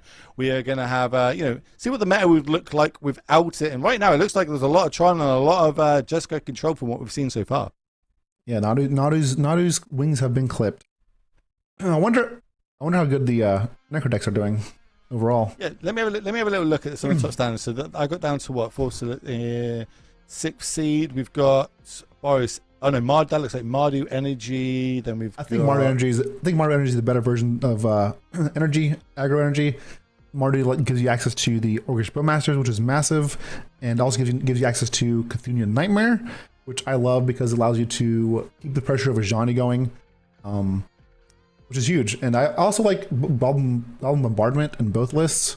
I think those decks, energy decks, Boros or Mardu playing Bombardment is just a massive plus to those decks and gives you reach that normally you wouldn't have. So, right, down 10th at the minute in the standings, 10th place, we've got a 2-1 player on the Necro deck. That's the first one I could find if I go down the ranks. There's currently 7 players going into this round 3-0. Obviously that's going to be halved again, so this is not an easy tournament. It is double elimination. Once you get that second loss, you're gone. Come back next month, try and battle out again. Everybody is trying to get themselves 4 wins or better to be in with the prizes. So let's have a little look at what those prizes are going to be. We've got digital prizes as well as cash prizes, because this is a 5k at the end of the day. It's pretty good for, playing a little bit of Magic on a Saturday. You gotta love it. I love it. I love it personally. All right, talk me through these. I got you. So if you go 4 and 2 here, you get digital prizes like we said on your account Magic Online. Let's get 500 play points, and you get 50 treasure chests. And you also get 1 Modern Horizons regular set. So this is a 1 card from every card from Modern Horizons 3. So you'll get all the cards, even Nadu. If you go 5 and 1, you get 600 USD. However, if you start 5 and 0 and you lose the last round, there's a little constellation here. You get extra 150, so you get 750. If you have full 6-0, you get the total of 1,250 USD. Yeah, it's not bad. You get to double tap. But double tap, we're making content while making some money, having a great day, playing MTGO, playing Modern. It's great. I mean, we've got a matchup ready to go. Here we go. Let's get down to it. Okay, we got the French Hall of Famer Raph Levy here, and it looks like we're up against. I'm going to see if I butcher this name. I apologize. Baguetti, I think. Baguetti. Yeah, Baguetti. So it looks like, again, the black-blue, Psychic Frog deck, and up against a... Ooh, let me see if I can get this deck list up. I haven't seen it. It's going to be some sort of control deck, I imagine, because that's what Philology Archaeologist is interesting. Oh, it's the Goyo's Vengeance list. That's what it's going to be. That makes more sense. Yeah, it does make a lot more sense. Now I'm looking at it. Yeah. Super powerful. A lot of pros at the Pro Tour were talking to me about this, saying that this is the deck that they would have picked up in the Challenger playing the PTQ. I think this might even be the one that Kai was able to win on Sunday with to get another qualification for the PT. Why wouldn't he? He's great. Kai is great people. Great Magic player, and just I don't know. If he says good, I trust him. So just absolutely goated. I'm just seeing if I can find the players' deck lists here on my side of the screen. Very good. There's a Murktide coming into play. This guy is first time playing against this. I was like, man, this is much better than the black one that was just a 5/5. On top of that, these Murktides just get bigger and bigger the more you exile cards. This is sources from graveyard. Didn't a new one just get spoiled this week? Like Delve 6, 1 black for a 6/6 with Death Touch and Menace, I think. It's coming out in the next standard set, which is going to be interesting to see how that one goes. I'll be honest with you. There's so many sets coming out, so many cards being spoiled, revealed. I believe you. You could tell me a 1 mana 7/7 8/8 Delve 2 whatever it is. I'll be like, wow, it's fascinating. There's so many cards coming out. Yeah, I know what you mean. Here we see the Ephemerate winning 2 Atraxas into the graveyard. This is going to be. Let's see if we have the. Yeah, that's very scary. Let's see if this is what I like to call force of negation check. If there's a Goyo's Vengeance in the hand, and of course, being able to get an Atraxa out, the powerful Phyrexian General. If it does hit the battlefield, I'll remind you of all that text that says on it. I just feel like there's every single time in every format now, whenever cards are getting printed, there's just more and more text on them. Absolutely. Small creatures have text, big creatures have text. They all have a wall of text. Tainted Indulgence main phase. This is interesting. Maybe we're looking for another land drop. Don't have a land drop yet for the turn. Maybe we've got some sort of hand destruction. Maybe we want to try and find a grief or something before we do try and fire off for the combo. One of the powers off this card. We do see 2 griefs already in the graveyard, though, as well as a Thoughtseize. So there might not be many useful cards left in hand here for Baguetti at the bottom of your screen. We'll see what Raph finds. Yeah, and Baguetti has a big clock. We have 3 turns at least. Not last. We'll see what else comes up. Murktide will close the game out very quickly. I'm curious though if that the Indulgence draws 2 and discards 1. Unless there's 5 CMC types in the graveyard, so we've got 1, 0, 1, 2, 4, 5, 7. So yes, it's just draw 2. It's just draw 2. So I guess Baguetti is just thinking about countering it because we're waiting for Baguetti if he wants to counter it or it's waiting on him. I'm looking at the sideboard. We do have a Mystical Dispute. There is a Force Negation. Main deck, there is 2 Spell Pierces, 3 Spell Snares, and 3 Force of Negations, as well as we've got Drown Locks and Counter Spells. A lot of counter magic floating out in this deck. Just a pure control. Yeah, I respect. There it is. There's a Spell Snare. He was thinking about it. The Spell Snare does counter Goyo's Vengeance, so it's like. I guess he's just thinking really hard there. If I don't want to counter that, or do I want to hold it for vengeance? Yeah, well, like, do we value more the counter magic part, the card magic part, or the key cards in the deck where we can just get completely blown out if we do see a grief or another Thoughtseize on the other side of the battlefield? Here comes Surveil Land. Again, these lands are so powerful and so great. Like, oh, you want to talk about powerful Surveil Lands with the Goyo's Vengeance deck? Turn 2 Goyo's Vengeance. Sometimes it's disgusting. It is disgusting. You're right. The first time I saw these lands, I was like, I knew they were good. I wasn't sure they're better than the Tri-lands, but now I'm convinced. So I own all the full art ones in paper, and I just recently found out if you put them all next to each other, they actually spell out a code, because obviously that set was all to do with clues and mystery and detective stuff. If you put them all together, like the left and right side of each card is actually half a letter or a number. When you put them together, it makes a code. It's really cool. Everyone should go do that, or at least go Google it and make sure that I'm not just talking nonsense. That's cool. I didn't know that. Here comes Ephemerate. That's going to flicker on the Archaeologist. 3 cards going to go to the graveyard. Didn't get a good look at what was added to the hand. We see Teferi Timer over there, which is a backbreaking card if it resolves against control. Oh, yeah, it's great. Not in the face of it. Well, I suppose if we could resolve it here and bounce the Murktide back, it would be huge. Game-changing, in fact, in this match. We do see Spaghetti has, what, I think...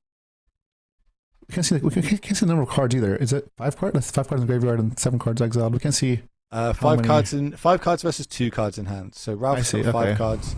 Spaghetti's got 2. Okay. Both players are 2-in-1 record. So this is a, everything's on the line. If they lose, they are out of the tournament. They win, and they get to carry on for basically a winning into prizes. As Teferi is on the stack. There he is. The boy wonder. Is this going to resolve? 2 cards in hand.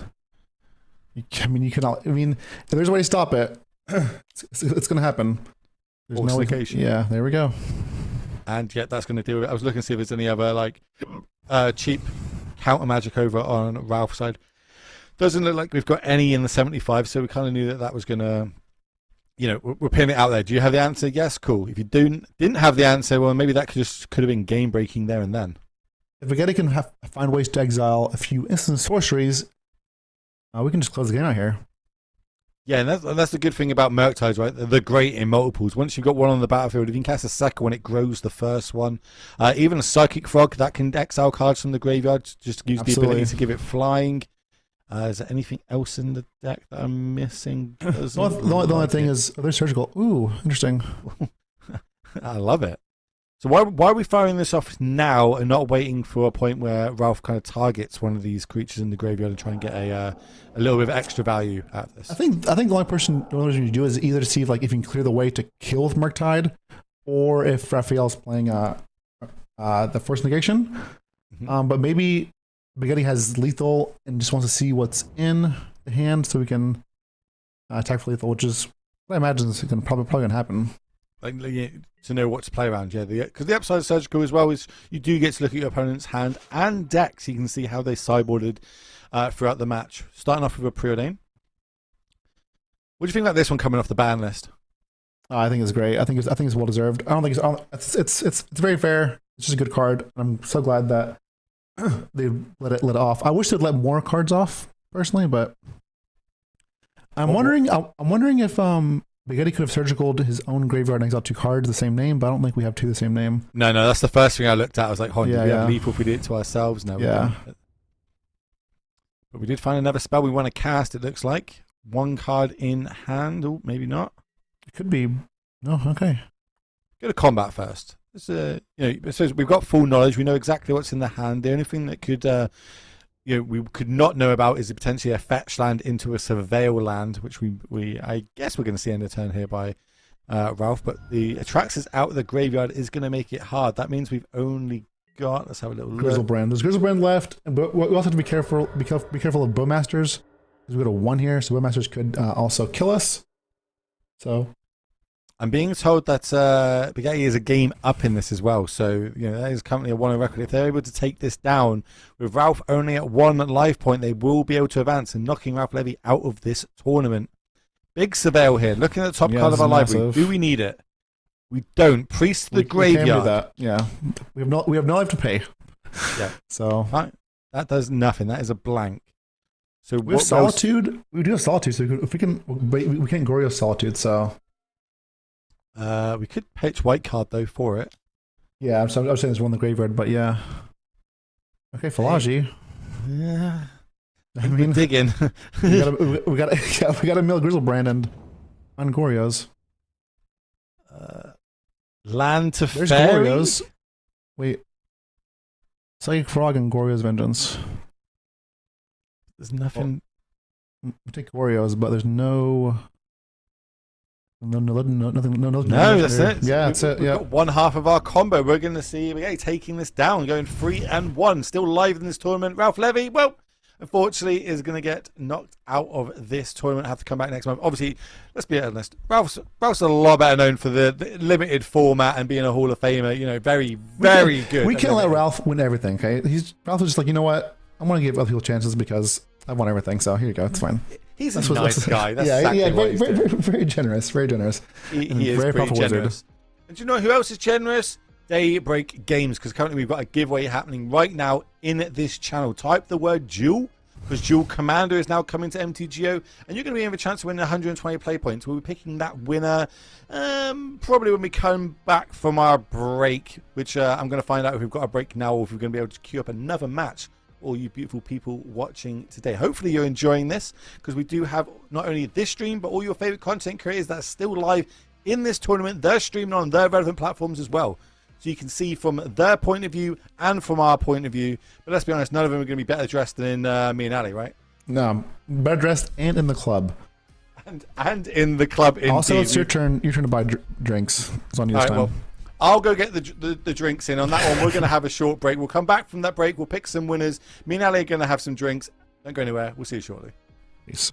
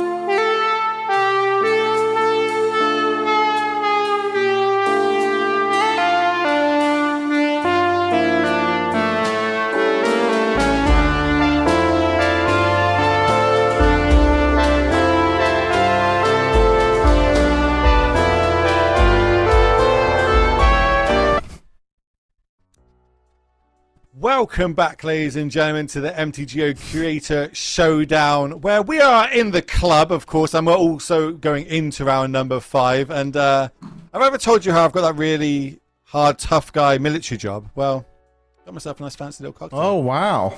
That's very fancy. It's very fancy. You know, only the best in the club. Because it was my round after, I thought it would splash out on me and you, my friend. It's all good, though. It's all good. I approve. Are you enjoying this so far? You having a good time in the club with me? I love it. Watching Magic, testing with the best, drinking. This is great. This is life.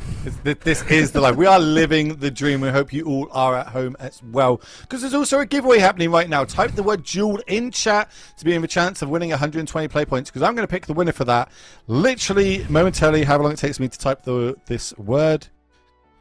How fast can you type? Not very fast. I'm very dyslexic. Okay, giveaway. Ready? 3, 2, 1. Boom, that's our winner. If you see your name in chat, congratulations. Whisper me, DM me. I need to take your details. I'm going to pass that to the relevant people. I'm going to get 120 play points put on your account. If you don't see your name, type the word rigged in chat, because of course I picked all these winners before we went live. But that does mean the next giveaway that's going to happen on this channel is going to be for the Beacon microphone. Of course, one of our sponsors of today's show is Beacon. So don't type it yet. When I start the giveaway, this microphone you see on screen is going to be on the line, so you cannot turn off this stream. You need to stay tuned if you want to be in a chance of winning this amazing microphone courtesy of Beacon. Which means we need to go into another match. We're going to go into match number 5. Oh, well, yeah, well, I suppose it is match number 5 of round number 5. Well, we're going to have... Let me have a look at what deck list we got. It looks like we've got Mardu Energy over on... and 4-color. Mardu and 4-color, looks like. So 4-color Omnath. Let's have a little look at Gorzone's deck list and see the exact 75 that we brought. So this is on the screen for you all here. I haven't seen Obnixilis casting anything other than Pioneer, so really interested to see how good this is in this match in Modern. So usually the Obnixilis slot is for Goblin Bombardment. I'm curious to see how Obnixilis does here. Very, very interesting. I do like the Black Splash for the energy deck. I think it's worth it. Just honestly, just for Bowmasters, if nothing else. But yeah, so we've seen usually it's the Blacks for Bowmasters and either Nightmare or usually Nightmare, but we see Ob here. So this deck just is aiming to just play a bunch of energy, God of Souls, Slap Pride, and just kill the opponent through aggressive strategies or just flipping a Johnny real quick. And Johnny's been proven to be, I think, one of the best, if not the best, Planeswalker so far in Modern. So I'm seeing like nice little synergies here with the Oculus Pride. Obviously, that makes the tokens can generate extra tokens once we've got 10 or more permanents on the battlefield. The one thing that's missing, which we usually see, is going to be Fable the Mirrorbreaker. I think that's the card we're swapping out for these Obnixilis. Interesting. I also like Bombardment too, so I'm curious to see how Obnixilis does here. Well, let's have a look on the other side, because on the other side, again, we've got a deck that we don't see too much in Modern these days. We used to see a lot of it. It used to dominate the format. It is 4-color Money Pile, I guess is what it used to be known as, utilizing Leyline in the binding. Yeah, so this is a 4-color Money Pile. We've lost Beanstalk. We do have access to very powerful spells. The newest edition being 6. 6 and Flage, obviously, but 6 is very powerful in this list just because once it comes late enough, you can just start looping the One Ring, and once you loop the One Ring with 6, you get protection every turn. This is great, obviously, for playing against fair decks. You will essentially block them out. I didn't even realize that's a thing that we could do. That's disgusting. I kind of want to see that. That's a really, really cool line. And both these players are 4-0, so these changes in these decks in this tournament are going extremely well for them. Why do you think people have moved away from these 5-color lists and these domain lists to utilize things like Leylines, Binding, Prismatic Endings? Is it because Surveil lands are just too good in these trilomes that they're left finger of past, or is this just a really good metagame choice? I think is the biggest thing is just losing the Beanstalk, right? Being able to like just exile Solitude or even Fury or whatever, and just go nuts and keep drawing cards has hurt. And Omnath just doesn't seem that great for Nadu. Like what are you doing? You're just casting Omnath and just drawing cards where Nadu can just kill you. Because right now the only interaction we see here is like Solitude and Binding, which usually might not be enough. I think Nadu just kind of just makes mid-range piles almost unplayable. So it's nice that Nadu's banned and we see this in action. It's so much value. It's so great. Good versus Just Guide. It's good. Any deck looking to grind, this will grind right back against them. So. Yeah, I think that you actually hit the nail on the head then. It didn't even occur to me. The reason we don't see this too much is because of Nadu. But luckily, in this format, today, this modern for the MTGO Creator Showdown is Nadu free. That we have banned that card. You cannot bring that this week or this month to the tournament. There is, and the beautiful graphic that has been made by the amazing people over at Monkey Bubble. Huge shout out to them for being the production company that we're using for this event. They're absolutely smashing it out of the park. And as we're setting up our round number 5 and our match, we're going to come back to the booth and we're going to just have a little bit more talk about the modern metagame. Without Nadu in it, we thought Necro was going to be the deck that a lot of people would bring, but yet it's not doing too well in today's tournament. Any reason you think too many people bought hate pieces towards it? I thought Necro was going to be the preferable one too, but apparently, again, with Nadu gone, the mid-range piles are thriving. So I feel like a deck like even like Omnath is a very smart choice and very powerful versus decks playing fair. And we've seen a lot of Just Guy that are also playing fair. So we see people either going way above them, like playing like with Omnath, or decks like going crazy with Tron, with Eldrazi. I think that's what happens when there's not a very powerful combo deck. You can go either a ton of value mid range, or just go above everybody and try to play like Tron or through the breach or something. So, do you think that Necro's got I say a huge fail rate, but like a larger than I'd want fail rate? As in, there's a lot of 2-for-1s in that deck. There's a lot of cards that you got excess cards in your hands to get a good effect from them. Things like Grief and Soul Spike, etc. If I don't have Necro, does the deck just do nothing? And do you think maybe that's what we're seeing, like the R&D side of that deck being used this week? I don't think you do nothing, but obviously the games where you have Necro versus the games you don't is like night and day.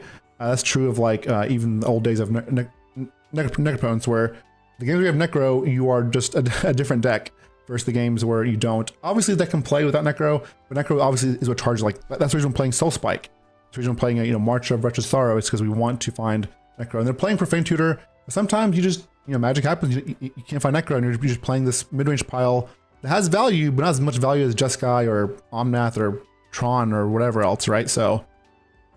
Like you said, Necro is massive, and I'm not sure how much difference it is, but I know it is significant. Are there any other decks in Modern that kind of got pushed out of the format when MH3 came around, and now like Nadu, as you said, is like beating down a lot of these like the fairer mid-range decks? Is there any other decks we don't see at the minute, which if Nadu did get banned in Modern, that would see kind of those decks coming back up? We've just seen the Omnath deck, currently 4-0, going to be our feature match this round. Is there any others that you think that would pop up?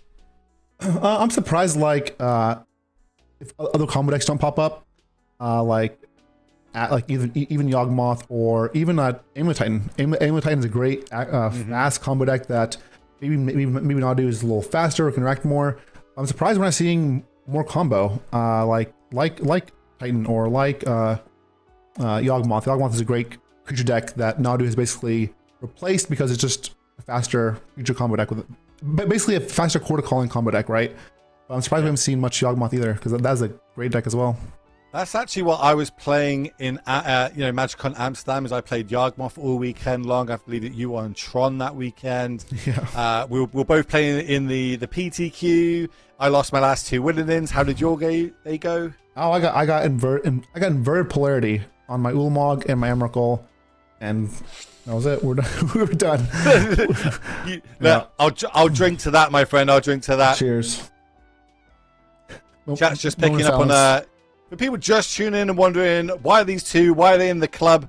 Well, we had a little bit of a talk before we came on air tonight. Ali wanted to know what the dress code was. I said we had to wear ties. He said, and tank tops. I said, why not? Bet, let's do it. Let's go to the club. Let's get the drinks in. Let's just have that chilled environment. Hopefully you're at home enjoying this as well. Because this is, let's be honest, I wouldn't do this for anybody, my friend. I'd only do this for you. I appreciate hope you know that. I believe in it. And honestly, I appreciate it. This is great. We're partying it up, playing Magic, watching Magic. This is the life. This is like the pre-show to what I will look like tomorrow if England win the Euros. I will not be in this good a state of making these sentences. But I've been told in my ear that the game is ready to get down to. So we've seen the decks, we've seen the players. Let's get down to the match here. Round number 5 of the Creator Showdown, which is, of course, 6 rounds total, double elimination. So if the winner of this match goes 5-0, even if they lose that last round, they're going to be with that extra $150, which is, a nice thing to have. Who's on the play? It looks like Dota's on the play from that. Lost the dice roll, waiting for Dota. Maybe we've got Zone's going to be on the play here. We do have here, again, it's Mardu versus Omnath. So who do you think is favorite here? Well, look, I'm seeing Obnixilis. I want this to work because I love that Planeswalker. I think it's extremely powerful and doesn't see enough play for how powerful it is, especially in like other formats like Pioneer. But if I can play this in Modern and this is the deck and the shell for it, I am so down to see how this plays out. We do need to swap those hands around though. The hand at the top of your screen is going to be at the bottom and vice versa. But we'll work on that momentarily. Being on the player here is huge as well. And we're seeing that the Pride do a lot of work. 1 toughness, pretty good at when you don't see too many Bowmasters floating around, not too many Ren and 6s floating around. But looking at this hand here, there's 2 Ren and 6 that are coming down next turn. Exactly. And Ren and 6 is going to keep all that stuff in check. So, but like you said, I'm also very curious about Obnixilis. It's seeing play over the Bombardment and over Fable. I'm curious to see why they chose this. We'll see. Okay, I like this. So we're attacking. First strike is a key word on Pride. So in response, we're going to Bowmaster, get the point of damage on. I love this attack. I love this line, this attack, this block, everything about it. This is great magic. Got him. Combat tricks. But, I suppose on the other flip side of this, also we generate a cat token at the end of it. Red and 6, 4 creatures on the battlefield now, man. all with 1 toughness. But do we have to cash this in? Do we have to take that the Pride off the battlefield ASAP before it goes too wide? Yeah, and man, this is wild. losing the halfling also means we lost the Flage early. So this is now we see Obnixilis do its thing. So I think we send 2 at the Ren 6 here, 1 at face, or do you like all face? No, I like kill the Planeswalker, cast the Obnixilis this turn. I'm interested in. I think we just do double plus with the clock on. So I want you to talk me through this. This is a unique Planeswalker. It's got a different ability here. It's got casualty. So talk me through what the casualty mechanic is and what we're seeing. So this Planeswalker has casualty X. So you sacrifice a creature, and then it will basically make a copy on the stack. And that copy will come into play with X counters. If you sacrifice like a 1-drop, which we did, we get a Obnixilis with one counter, and the copy is non-legendary.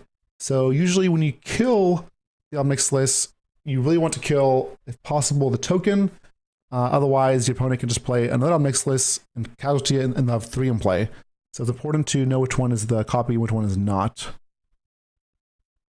And I think we are double plussing, as you said. So that is a 2 points of damage dealt. If we do have a devil on the battlefield, we also get to gain 2 life. But we decided not to tick either of these Obnixilis down, just going for that damage value, meaning that Flage is going to have to get cast here. We do have to shock that in, but we will gain another 3 points of damage as the Lightning Helix effect is going to happen, taking out that copied of Obnixilis that you spoke about. There we go. That's the right one. Take out 2. Oh, okay. So Ajani is the draw here. Yeah, that's nice. That's pretty good. So we can't transform Ajani at the moment, but we don't need to. Yeah, I like attacking here again, just plussing, and then it's curious if we jam Ajani or do we go another Obnixilis? I kind of like a Johnny and go wide. I'm just looking to see if there's any sweeper effects. Is there anything we have to play around? Do we not have to commit everything to the board? But looking at this deck list, there is no sweepers. Just a lot of efficient 1-for-1 removal. Obviously, Omnath is a key card, and the 1 ring could be coming down this turn. Ending is what 1 ring would be great. Would you ending? So this looks rough. So where'd you point the ending here? Do you point it at the Obnixilis, or do you pick a creature? Yeah, I think you have to point it. Probably either a Johnny or Obnixilis. But Gorzone has another Ob Nixilis, right? So this is not what you want, but that's what you do. You kill the Planeswalker, right? Well, the backbreaking bit here is we sacrifice the cat, Yeah. which means it flips the Ajani as well after Yeah. combat damage.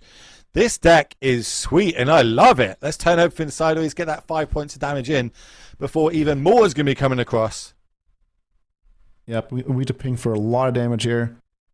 Because now when Ajani transforms, we will control a red permanent, which will be Ob Nixilis. So the 0 will make a token, and also ping for the number of creatures we control, which will go face. So I say ping, but it's much bigger than a ping. It is going to be... It's going to be a lightning helix, right? Because it also generates, so it'll be 3 damage from that, 2 damage from the first Ob Nixilis, 2 damage from the next Ob Nixilis. We could minus one Ob Nixilis, but if you want to, but probably not. Oh boy. Oh, making them have to discard as well. 'Cause I think it would have been lethal if they didn't discard here. This is going to go free to face. Fetch land, it's going to have to find, what, Surveil land, Omnath, into land? hitting a fetch land. Yeah, gain 4, pass, gain 4, but is that even good enough? I don't think it's good enough either, because yeah. This is my style of Magic, by the way. I love this Mardu mid-range deck. I don't even know if it's an energy deck, just this Mardu mid-range deck. This Ob Nixilis looks sweet. Ajani's looking sweet. Big draw step here. Prismatic ending. That isn't going to do it. No. We're going to be going to a game 2 momentarily. I'll say it's definitely energy. It's just Mardu energy. We saw a lot of like non-energy cards, like Ob Nixilis and Masters, but definitely energy based, I would say. So it's pretty sick. I was heavily impressed by Ob Nixilis. I want to see what it did, and they showed us. Gorzone showed us what Ob Nixilis did. Yeah, it looked great. You know, the curve was great. Just everything synergizing. Love to see it. Let's see if we can get that deck list on the screen. The Mardu energy list by Gorzone. What a sick deck. I love it. I love it. Here it is. Here's the 75. That's the sideboard. Is there any cards that are going to be good in this matchup that you think should be coming in? I like the Charm on here. There's not a lot of basics for the Omnath player. So Charma for sure. Do you?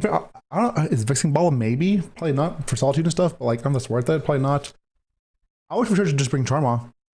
Purge, I guess. Purge hits Ren 6 and Omnath. Bring and the Flage, which is like a card that you know that are annoying. So I would bring in Charma and some Purges, but not too many cards. I still want to be aggressive. I still want to put pressure on. So wouldn't bring much more than that. All right, well, Dota is now a game down, has to win 2 on the bounce. Let's have a little look at their deck list and see what they can bring in to shore this up and take us to a game 3.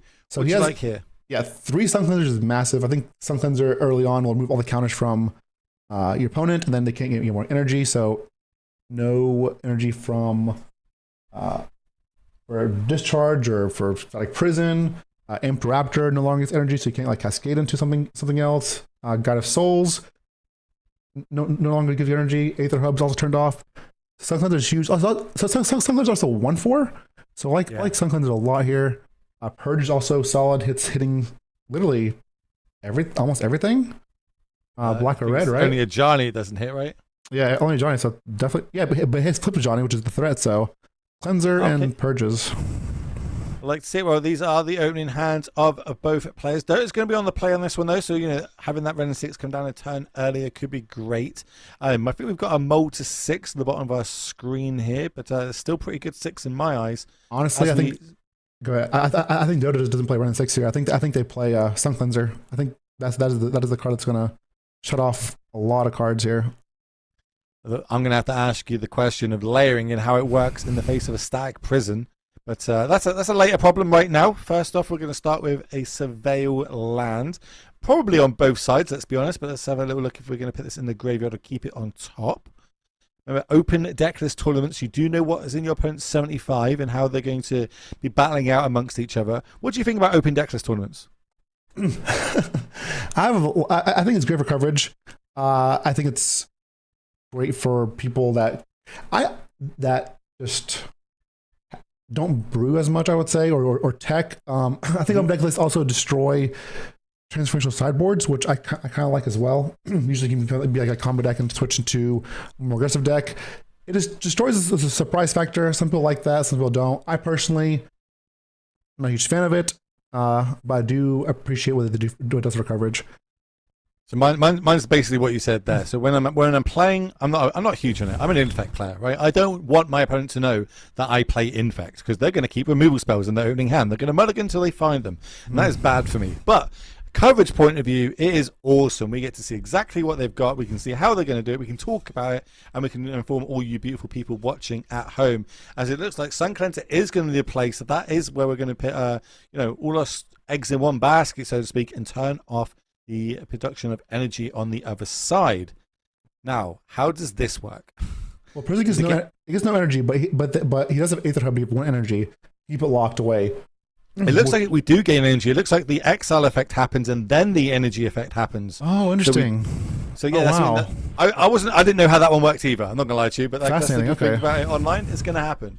Follow-up play is Ren in 6. That's gonna probably return one of these wooded foothills from the graveyard to our hand. But other than that and the One Ring, we don't have much else going on.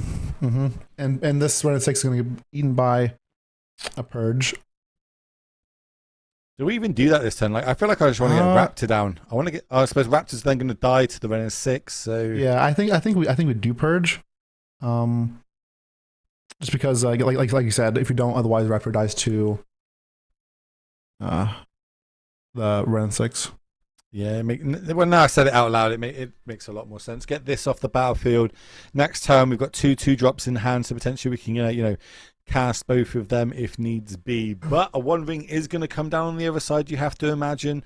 First, we're going to get our Surveil in. We know how good these cards are. We know that basically every deck should probably run at least one of them in the deck. It is a extra half card at worst. It's crazy that Dota's hand is essentially all lands and the One Ring, but that's fine. The One Ring is so powerful that it doesn't matter.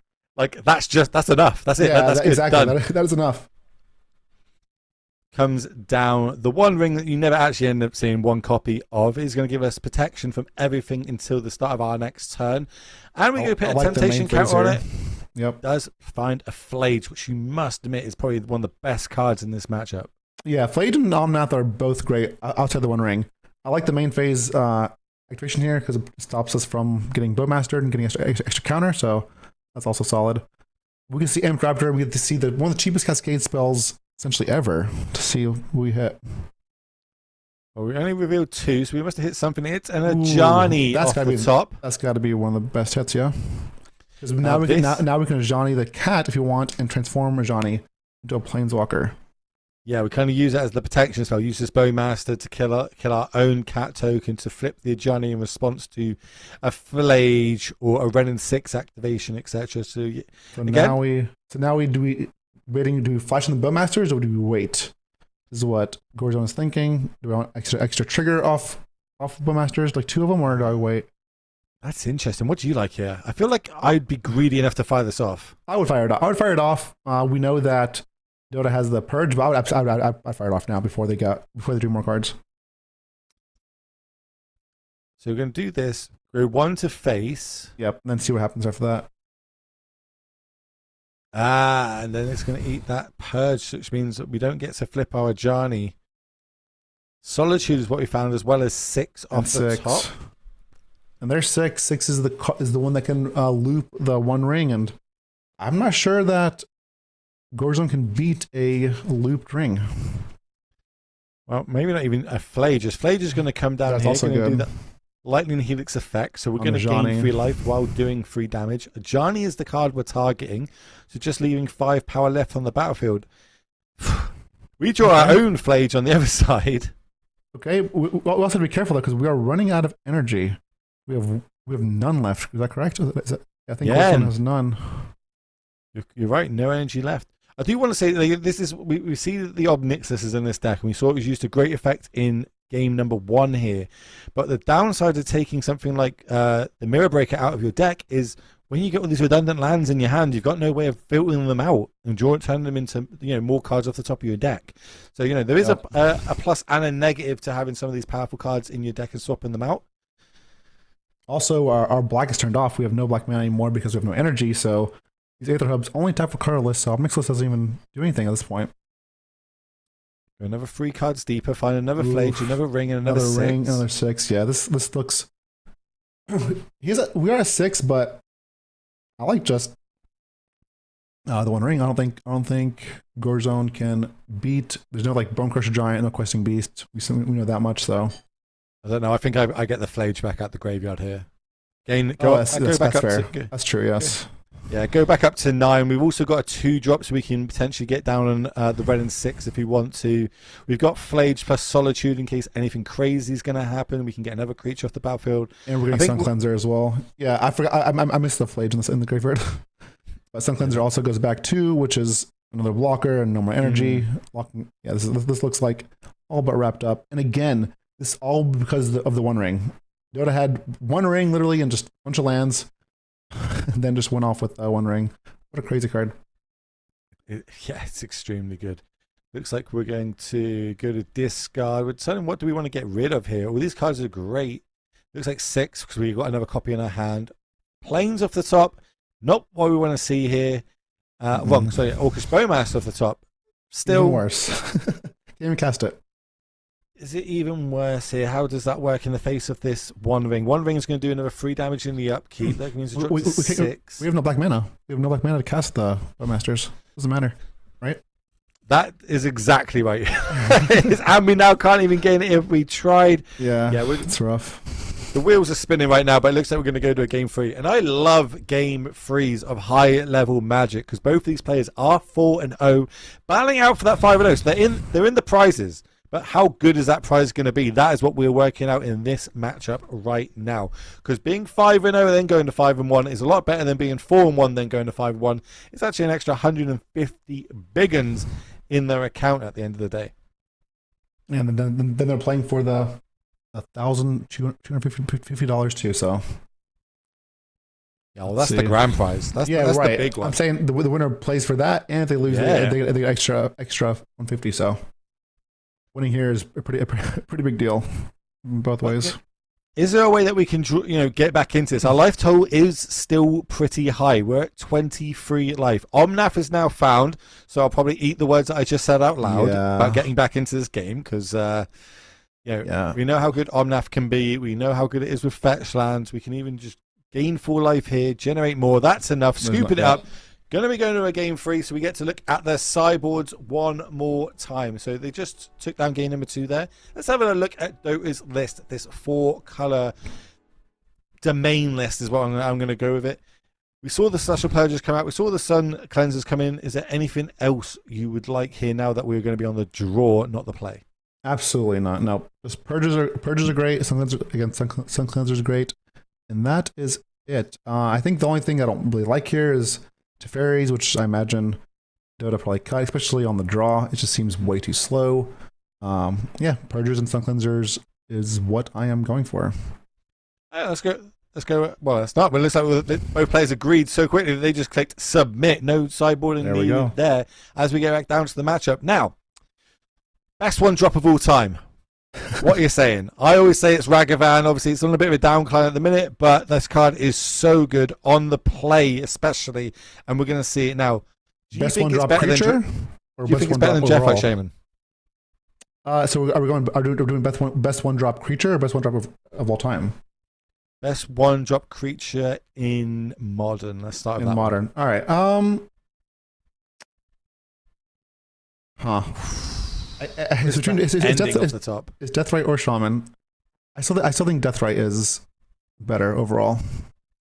Okay, well, it's not legal in modern, so can't do it. But Prismatic Ending off the top, that is a huge pickup there. Being able to have the 1-mana answer to it. That was huge there. Good draw. Luckily, we do have a backup Ragavan, though, so I imagine that's going to get dashed this turn.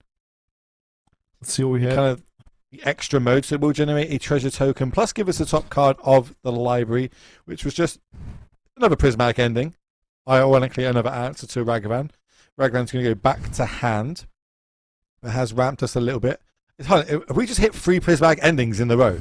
There's one on top that we cast, one that we exiled, then we drew another one for the turn. I mean, perfect. This is magic as we know it. There's Sun Cleanser. Sun Cleanser is going to... Yeah, it's going to hurt. We do, maybe we tried to play Aether Hub over the planes last turn. but Sun we'll Cleanser see. is just a house, right? Against, Like, I it's guess. literally a 1/4. We can't attack into that Ragavan. This Flage can't get it off the battlefield. Yeah, it is. It is. I wonder if we go Ragavan. Do we go Ragavan off Mixless here? And just sacrifice the Ragavan to casualty and just.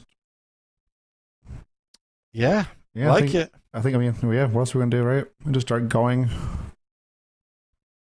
It's not like there's a lot of pressure on the other side. Like, attacking one of these planeswalkers down for one isn't going to do too much in this spot. So yeah, ticking up, do 2 damage, take the other one up, do 2 damage. This is 4 damage a turn with Flage in hand. Cards entering our graveyard. Maybe we can just end up burning out our opponent here. But So he's looking for that's what Gordon's looking for. Another prismatic ending. Is that the fourth one? Is that right? that's 4 in a row on top of that. That's mental. That's wild. Where's Frank Carson? I need the stats. What's the odds of that happening on with 53 cards in the deck? That's crazy. Here's prismatic ending. We see either. Okay, so we did hit the actual card. Not that it matters here, but I think it's because it's got more loyalty. Right? That's the only reason. Yeah. So eighth up is a draw there, which is not very great against Sun Cleanser. It's a waste. It's a waste. It is a waste. It is literally a waste. Flage is going to come down. Another 3 to the face. That's going to drop it down to 6. We just need some more cards in our graveyard so we can get it back out next turn. Plains is going to be the one. Is there a way for us to get 2 more cards in our graveyard? Don't think there is just yet, because this prismatic ending is going to deal with the copy. And then we're going to go Surveil Land. Because prismatic ending exiles doesn't kill it, doesn't destroy, so it doesn't go to the graveyard, which is good in the face of Flage. Flage? Is it Flage? How do you say that? Is it Flage? I say Flage. Flage, Flage? I have no idea. I'm just... The Boros Titan. Yeah, the other Uro. There, yeah. Well, we found another one off the top. Okay. We don't get to sacrifice anything for this, so it's just straight up value of one of them. Ooh, this is good. I mean, we got to discard the Sun Cleanser here. We need life for the One Ring, so we know there's no more prismatic endings. Yeah, we're all out of prismatic endings. That's 1+ at this point. All right, so you're gonna have 1 card left in hand. It's really good if it's the One Ring. I mean, that is the one to have. What's the word on Nixus? Is it target player? No, it's each opponent. So it still can work throughout the One Ring. Well, protection also counts as a damage. Is it life loss? I think Omnix does damage. If it's damage, loses 2 life. Nope, I'm wrong. Then it will go through the One Ring. If it was damage, it would not. But since life loss, it will go through it. I guess what, we draw a card and discard that card so we don't take any damage? Ooh. Solitude was the draw. Now, do we want to discard that one? I think we might have to. I will see. Guess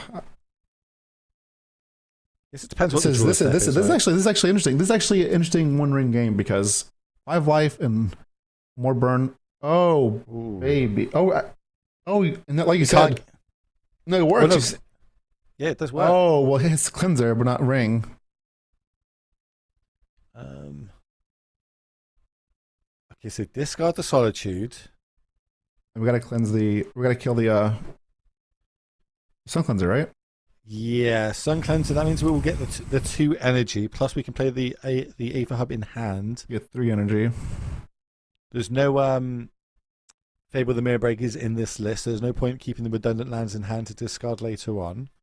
I mean, I guess we could. Is it worth to blink the ring for 1 turn? Yeah, yeah, exactly. Yeah. So we went to blink it for 1 turn. That way, Dota's not drawing 2 cards, and we get to keep the pressure on with top next list. I kind of like this. And we get to put Chagana to hand as well. Okay. I mean, she might matter. Okay. Yeah. We're cooking. Big top deck needed right now. That is Omnix list discard. Yeah, that is what we call fodder. We definitely need something like an Omnath here. Another ring would be great. But we are going to get our ring back in next turn, so we can go 2 card or another card deeper. Sorry. So we're attacking. So Ragavan is also a good draw here as well. Ooh, that is really good. Especially when they're getting a ring back. That is really good. That's disgusting. That was a good draw.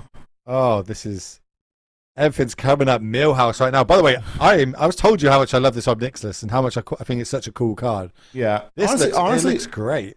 Gorezone knows what they're doing. They're going Obnixilis, never minus, always up, plus, never going down. Just there is a problem here though. Like if you could get the read that there's got to be an Orcish Bowmaster that's drawn here. Why would they not cast anything? Yeah. I think that's what's going through Dota's head right now. Is like, oh, did you really draw an Orcish Bowmaster in this spot? That's so bad for me if you did. That'd be 1 damage to face, an extra one for the card drawn. So plus that generates it. Yeah. 1, 2, 3. Oof. I think you have to, right? You just have to draw and hope that you hit an Omnath at some point. So yes, that'd be 1, 2, 3, 4. I think you have to. I think you have to as well. Man, this is close. This is what I mean. I'm like, make him have it. I think you have to. I think you have to because you need the or even a flash or flage. Like you need something, right? Like, and Omnath drawing Omnath by himself is not good enough. You need also land. Okay, but now if you draw Omnath, I think we're going to what, 1 here, or we go 2? 2, I believe. Flage was the draw. That's a good one. That is a good start. That is an excellent start.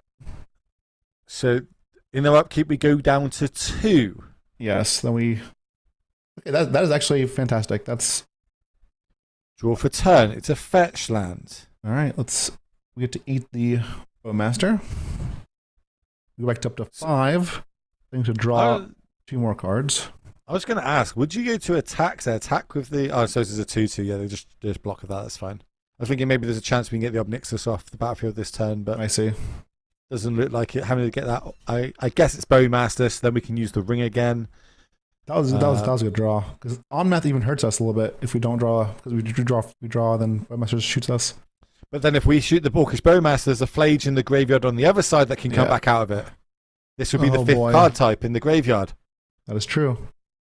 Oh, man, Flage is so good. It's so good. I mean, that Bowmaster's... Okay, so we shoot Bowmasters, we go to 5. Oh my god. This is so... this game is wild. Because if we shoot Bowmasters, like you said, it fuels the Flage, and then we're taking 1.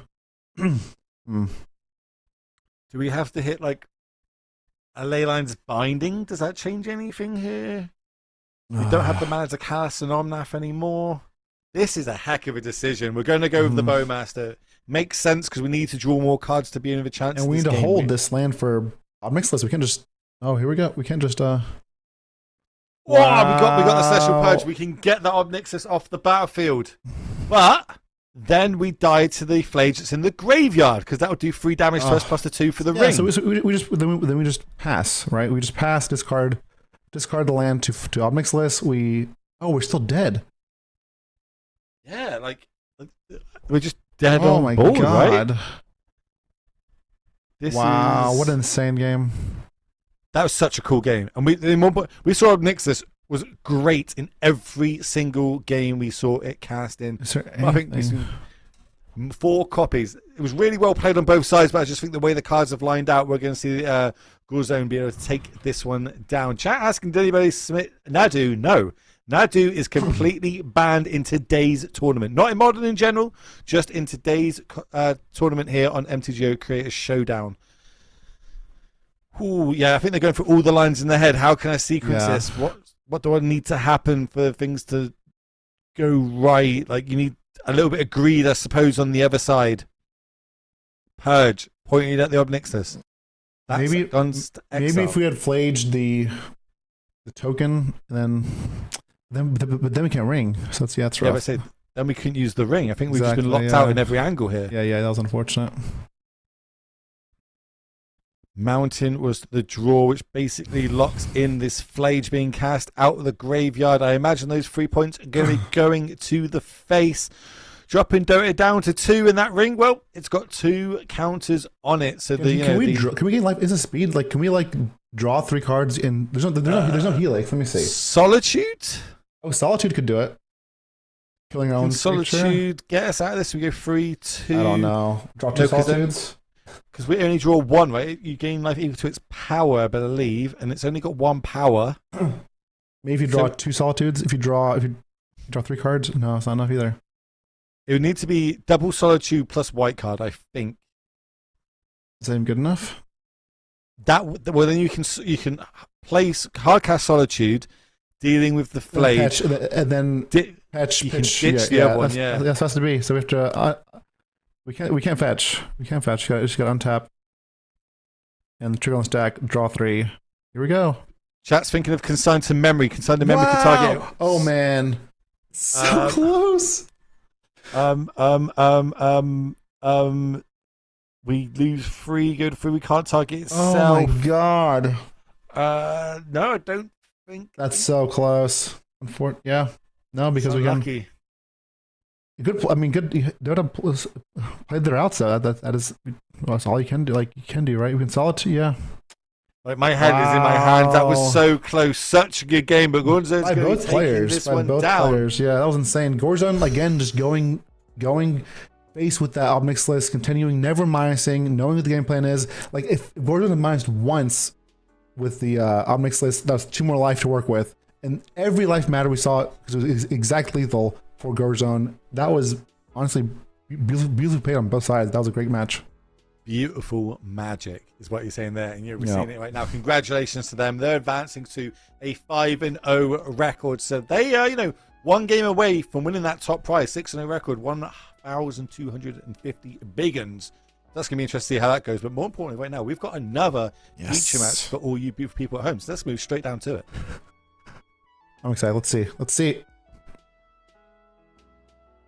Oh, we're queuing it up. We're getting it ready. There is one coming, but we're queuing it up. Okay, well, while we're in that, we can decide what's been going on this weekend. So today is the Creator Showdown, where we've got 64 of your favorite content creators in Magic the Gathering, all coming together to battle it out in a 6-round tournament. Double elimination. So once they get that second loss, they're gone. They're out of here. But if they can get 4 wins or better, they're going to win some nice, sweet prizes. Let's see if we can get those prizes for all you people at home to have a little look at, and Ali's going to talk through it. So we're getting towards the end of the tournament. We're in round 5, only round 6. What sort of prizes are the players going to be looking at that's still in the tournament? Well, all the players that go 4-2 will get treasure chests and play points into their account.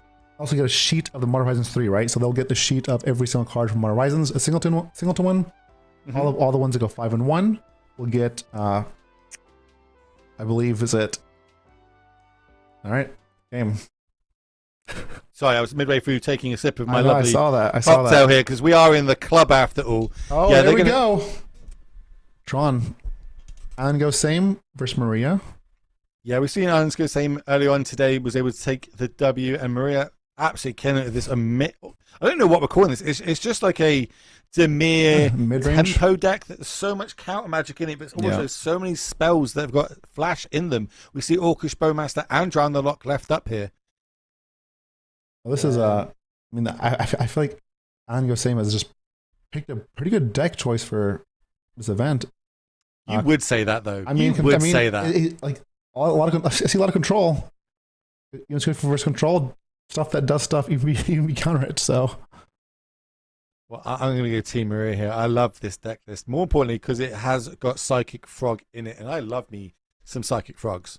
Oh, Frog is sick. Frog is one that has some sweetest art, sweetest like flavor. Just a cool card in general.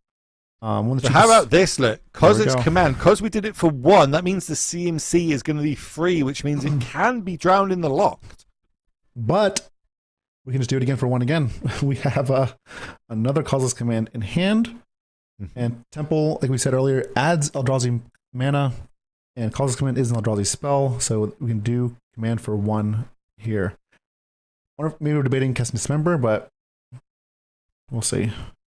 No, I like doing the command here. More importantly, because it exiles, right? Yes. Obviously, Nevergoyf is a pesky little creature. Let's say it can come back out of the graveyard, and exiling cards from our graveyard is pretty good in this deck when we start getting things like Murktide's Regents on the battlefield. But by the time everything is done and dusted here, it is annoying. It is annoying, but I wonder, like, how much does Tron care about like a 3/4 at the end of the day? I'm wondering, like, if it would be better to dismember that and then just save it for a massive Well, it doesn't matter. Doesn't matter. Drew a third command. Just nothing matters. We're going to straight up try and cast this Khan, the Great Creator. We know Maria's drown. I think I like subtlety here. Yeah, you're right. I like subtlety in it. Get a threat on the battlefield. I forget you can just cast these elementals sometimes, right?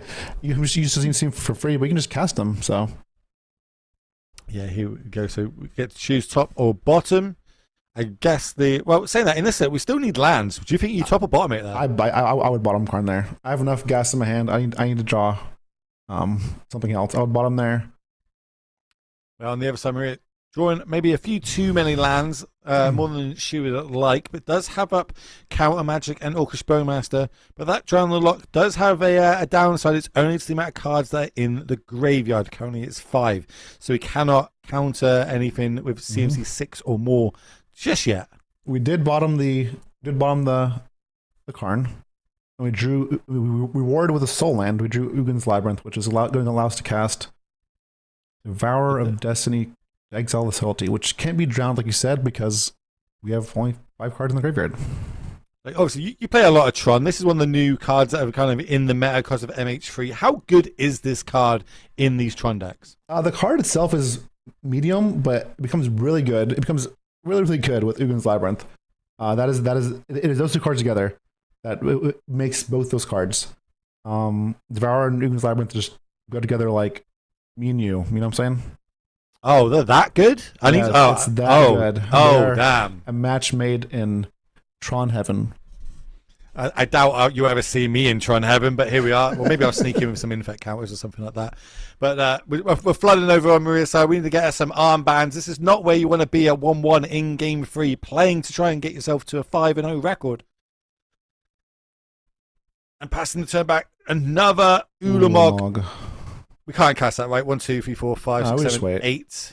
We just command end a turn, gain a bunch more mana, then cast it next turn. Sure. I think we command during upkeep. Honestly, is where I would go. During Marie's Talk to me about that. Why upkeep for you? Some of the newer players that are maybe watching, or people that aren't a fay with the top tier, high level Magic, and they're trying to pick it up. Why would you do this in the upkeep? Well, this has just been answered. This is why. This is why. Yeah. So you want to do an upkeep because you don't want. If Maria's going to counter the spell, you want her to counter it during her turn, to use mana during her turn, but you don't want her to see another card. So doing it during upkeep means that they won't see another card, and if they're going to counter it, they'll do it during their turn and type in mana, which allows you to untap and then cast, another spell. But here we see the punishment for not doing it during upkeep, but doing it after the draw, which is brutal because this would have been a massive command.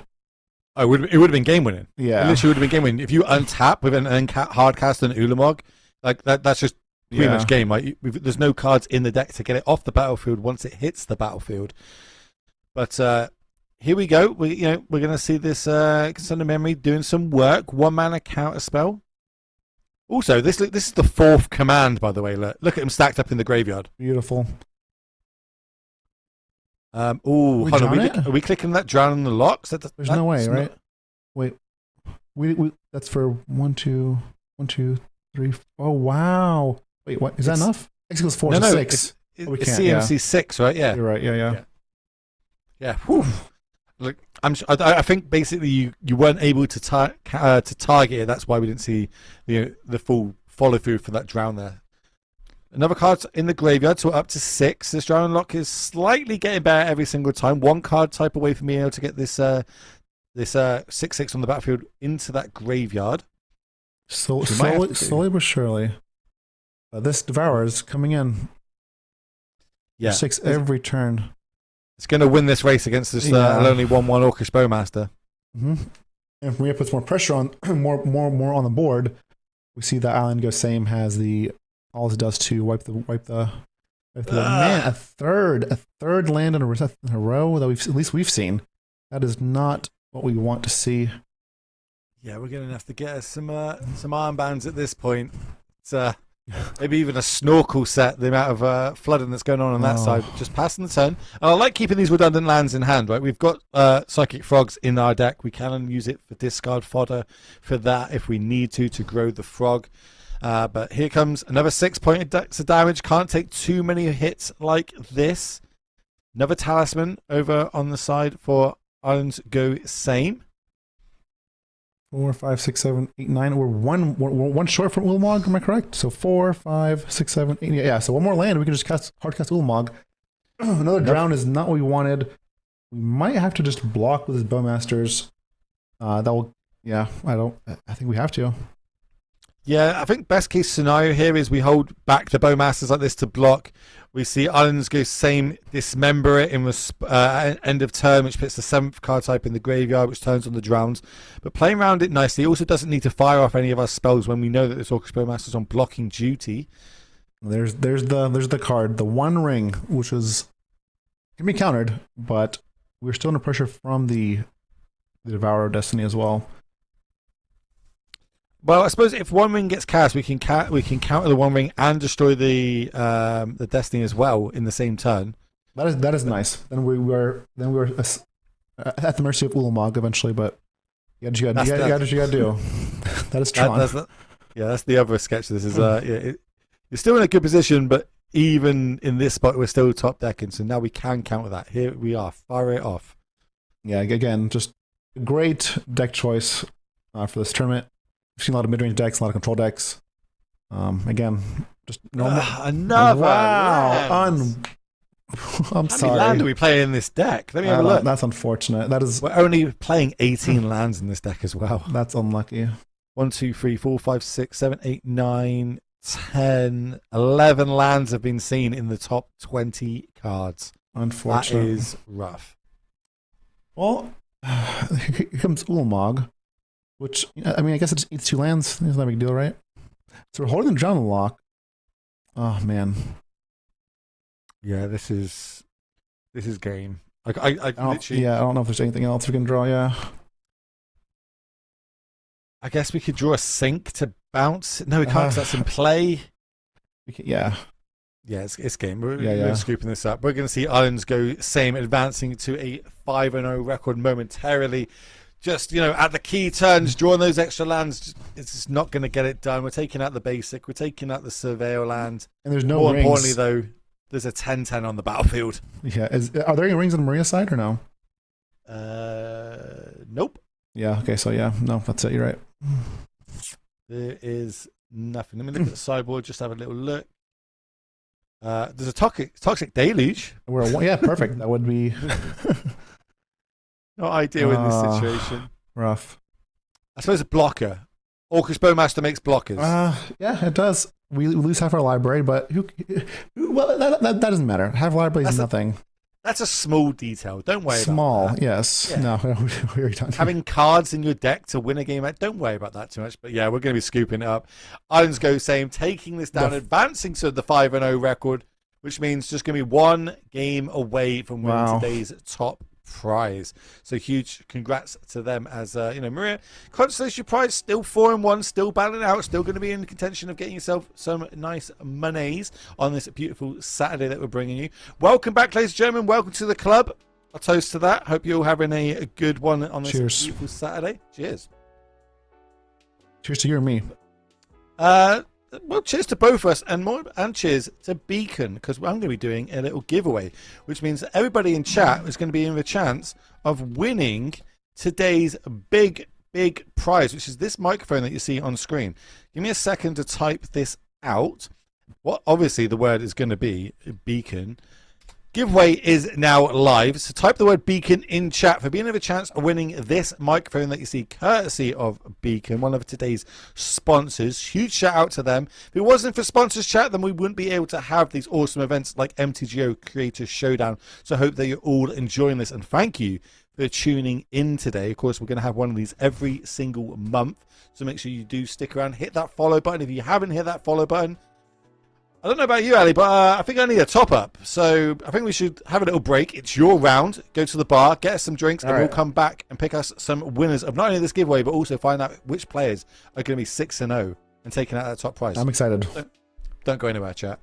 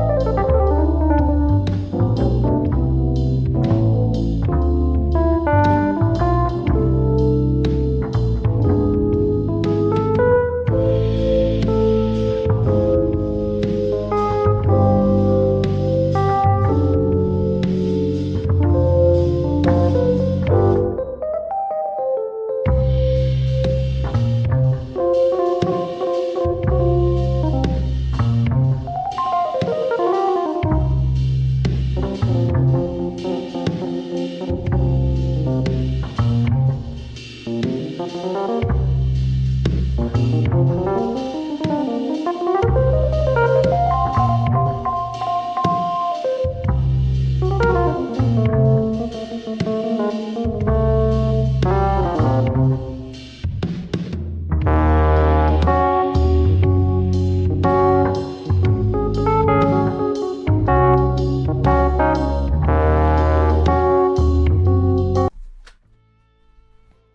what up, Will? Ready for the after party? After party right after this. Cheers. Yeah, so we're in the after party zone now, chat. We're getting into it. We're getting into round number 6. So welcome back here to the MTGO Creators Showdown, where we're bringing you 64 of your favorite content creators going head to head over 6 rounds, double elimination. But we're in that 6th round. We're going to find out who's taking away that big prize, as well as who out there is watching that's going to take away the big prize, the big giveaway today. Of course, we've got that giveaway courtesy of Beacon. So if you haven't already, make sure you type the word Beacon in chat to be in a chance of winning this. This was one of the obviously amazing microphones. And we can only do these shows because of our amazing sponsors. And one of them being Beacon. So huge shout out to them. Thank you very much for supporting this episode of MTGO Creator Showdown. I need to go and get my headset because I just dropped it on the floor. So while I do that, Ali's going to say some words. So our players today are playing for prizes. They go 4-2 today. They get digital prizes on Magic Arena, Magic Online. They get 500 play points and 3 treasure chests and 1 MH3 regular set. This means they get a sheet of one of each card from Modern Horizons 3. If they finish 5-1, they get 600 USD. But however, if they start 5-0 and lose the last round, they will get 750 instead. So bonus 150 for that, losing the last round, not getting the first place, which is 6-0 is a total of 1,250 USD. So nothing too shabby there, to bat your eyelashes at. I want to know how you, chat, would spend the money today if you won 1,250 US dollars. I also want to know, Ali, has your mind changed? What would you be spending $1,250 on if you were winning today? Are you doubting my tattoo of your face on my arm? Is that what you're saying? All right. I'm just saying, are you still going to be held to that? Cheers. No, I'm not. I'm going to get Becca's face on my arm instead. Oh, Becca's our producer for everybody that's not aware of that. You asked me again. You double. Yeah, so okay. Why not both of us, like one on top of each other? Oh, it's perfect, actually. You know what? I think that's enough money to do both. So cheers to that. Cheers to that. Cheers to that, chat. Cheers, chat, to you. Of course, I'm going to pick the winner of that Beacon giveaway after this match. Round number 6, match number 6. Both players 5-0. The only 5-0 players left in this tournament. But there can only be one, just like Highlander. And luckily, we've seen them throughout today because obviously they've been doing very well. So let's have a look at their deck list. Let's start off with, we just see them, Islands go same on this Tron list. I know that you're a fan of this, Ali. I'm a fan. This is your deck. You're like, you said that you picked out one of the big finishes of this deck, back in the day. Back in the day. How long you've been playing Magic. Not to make you feel old or anything, my friend. But we're going to see that going up against this Obnixus Mardu deck, which personally I think is amazing, and I think I might actually have to pick this up to play it in my next FNM or next challenge or even league that I want to be doing moving forward. This is so important. Island goes same being on the play, and we see that they did the Kozilek's or the Devour Destiny Ugin's Labyrinth. That's huge because otherwise Gorgon would have had a turn 1 Ragavan. So this is a massive, very, very, very important. And how we get we get the Thanatos here. Oh my! This changes. Word. Yeah, this is a huge. So what do they take here? Like, if they take a Galvanic, but then they can only cast one Galvanic. Do they take the Obnixus because we know how scary that can be? I don't think we care about Galvanic because they have 2. I don't think we care too much about Obnixus either. I like the flying creature. Gaia's Soul seems important. Gaia's Soul also fuels the Pride, so I like that take. So turn this sideways. We know it's going to get eaten. We know that there's a Galvanic Discharge, so we're kind of getting a 2 for 2 at this point in the exchange. But more importantly, there was a Ragavan off the battlefield. I can't that Eldrazi Temple off the top was absolutely huge. Oh yes, and now this game is. I don't want to say it's over, but we get a massive command here. Oh my goodness. Okay, so do we crack the map here? and get the value straight away, or did you like playing the land, cracking it in a turn, or use holding the command? I personally would have liked EOT command for X creatures and Scry X, and then untap and just All's Dust, whatever them play. But this works too. I just like my favorite modes on command is to draw and to make creatures, especially if we have All's Dust, right? So. Yeah, that's what I'm thinking. I'm feeling like I've got the mana now at this point. I kind of want my opponent to overcommit to the battlefield so I can get value out of this All This Dust. Chat asking, yep, type the word beacon in chat to be in the giveaway. That is the big giveaway of today. But you got to be in it to win it. If you're not in it, you cannot win it. It's that simple, that easy. Ragavan drawn for the turn. I want to say, that being said, though, Alan Gosame is undefeated. And, you know, they've won more matches than I have today, so... Well, both players 5-0, undefeated to this point. But we're going to, more importantly, I think the talk of the town now is going to be this Ob Nixilis seeing play and doing well in this tournament. This is a 5-0, right? You know, if you're in an MTGO league, you're going to get 5-0. You're going to be in the 5-0 dump at this point. But can we get that 6th win? Can we take down the big prize? Tron, there's Devourer. Eat the Johnny. This is a problem. We have problems. Yeah, we have. The problem was that drawing that temple off the top that turn, and being on the draw huge. versus that was massive. This game is much different if Gorzone is able to play Ragavan and attack one time at least.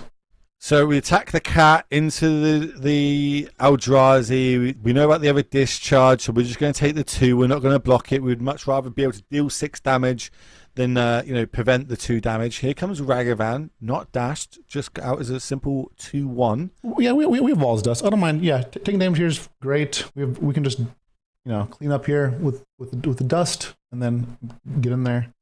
Gorzone has 2 lands, so we're not really scared of much here.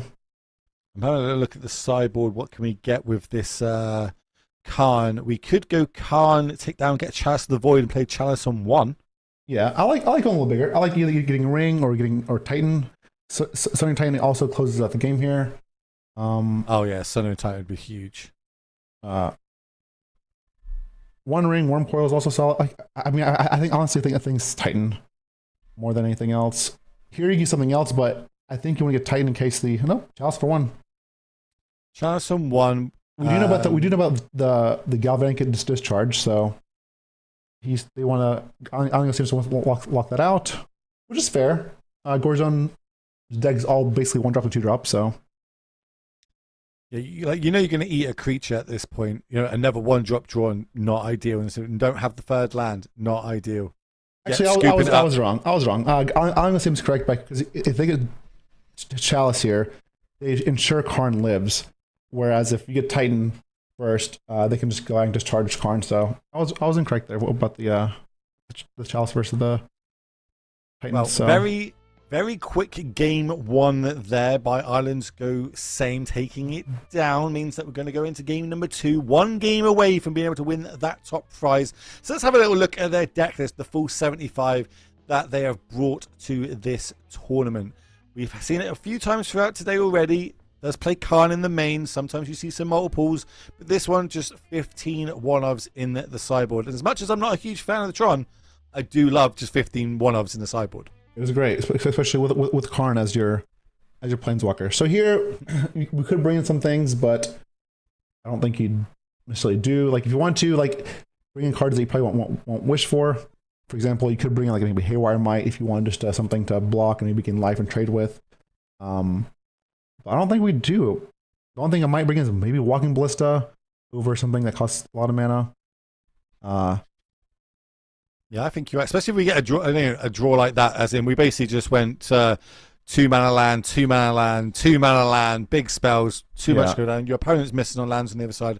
It was just too much. So let's go across to the other side, to Gorzone's Mardu energy list and see what's in the 75. Of course, a game down. It needs to win 2 on the bounce now. Talk to me about this sideboard. Anything you like bringing in? Yeah, I think it's pretty obvious to both of us that Damping Sphere is obviously great versus Dodger Temples, Tron, and Nugen's Labyrinth, and a Charmaw is also very solid, especially on the play. So yeah, I bring in Charmaw and I bring in the Spheres here for sure. Do you think Surgical's over sideboarded? Do you think this is a matchup for it? Have we got so many dead cards that I'd bring Surgical in, or is this just like, am I falling under the trap of that card gets way over sideboarded? Which one is it? Just in Surgical Extraction. Oh yeah, I don't think you bring it here now. Surgical Extraction is not great here. You have no way to make them discard cards, and they're not milling themselves. Surgical is a card that I think that people bring in too much, but it is not great here. Just making sure. I feel like it's something that we don't talk about enough in Magic, and I fully agree with you. I think it is over sideboard, and it is.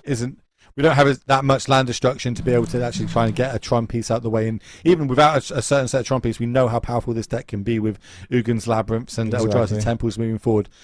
Do you see, though, the Ragavan does connect, deal that 2 points of damage, get the treasure token, more importantly, so we can get 2 threats on the battlefield this turn. But which 2? We got a load of options here. The dogs did not like that play. They disagreed with that play. That's what happened there. I couldn't hear them if they were going off, but we're gonna get a load of energy, sequence it correctly, being able to hit Najani. Oh my goodness. Okay, so both decks doing their thing. Love to see it. That is one deck doing a thing, I think, but 1, 2, 3, 4, 5, 6, 7, 8 damage here. Hold on, what? Okay, hold on a minute. Oh, hello, Dabbling Sphere. I'm curious why no Labyrinth there exiling all the dust, but there's Dabbling Sphere. Jeez, this is this one. You can see how important Ragavan is turn 1. Like it just is gonna end this game quickly. I'm thinking like, what can we kill with a flipped Johnny here? We go Pride. Yeah. Oh yeah. And Bowmaster. Yeah, this is lethal, right? Is it lethal? No. 1, 2, 3, it's got to be just 6, short. 6, 7. Okay. Go the safe route, play Dampling Sphere, turn off the mana on the other side. You've got an absolute house of a board state right now. Oh yeah, I think you can close your eyes here and just click, and you probably I think you'd win. Look, some would argue that's how all people that play Tron play, but I'm not going to say that. I'm just saying some people would. Here comes the Fortnite here. Just have a little look at the hand, see if we can get any knowledge of how sideboarding happened. And Island's going to... No, wrong, sorry. Gorzone's going to level us up to 1 apiece. I'm surprised. We've just seen both decks do what they're meant to do.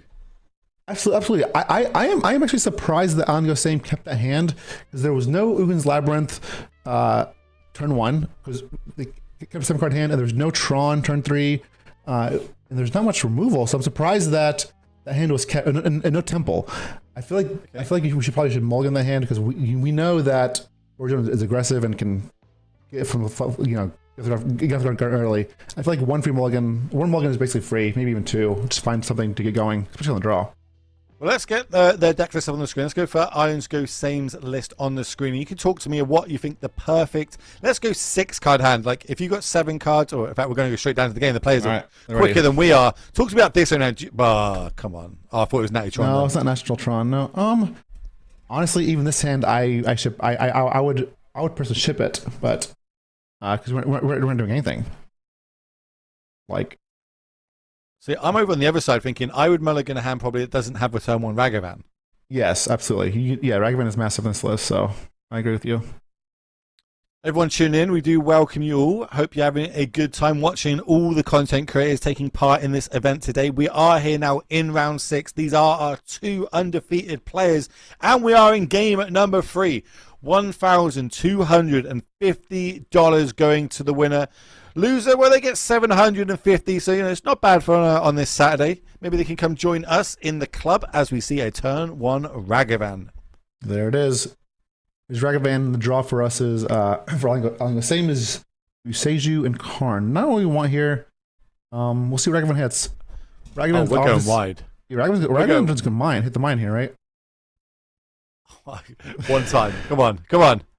Let's see if we can catch it. It is... Oh, it's a Khan the Great Creator. Okay. Can't quite cast it this turn, but what we can do is go double Pride, make 2 more tokens. We go Raptor. There's a lot of options. It looks like we're going to go Raptor. Start with Raptor. Okay, cool. Raptor, gain 2 energy. Look at the top cards of our library. It's an Orcish Bowmaster, which is a nice 2-drop. Adds 2 more creatures to the battlefield. A little bit more damage to face. So we're going wide. Almost give the city a blessing too. We're getting there. We're getting there. I'm gonna go same as draw in Eldrazi Temple. I draw Temple. Causeless Commander. That is not. Oof, that is. We've got to take another turn off. Now this is the turn where we can start going wide, right? Like now we're able to gain life from the Pride. With a second Pride, we'll go super wide here. We can also go Obnixus if we want to, because we're going to be generating a treasure token off this Ragavan. Yeah, I mean, I think the same is going to have to just draw the Tron here and just All's Dust. So Ragavan hits. Let's see what Ragavan hits. Ugins Labyrinth.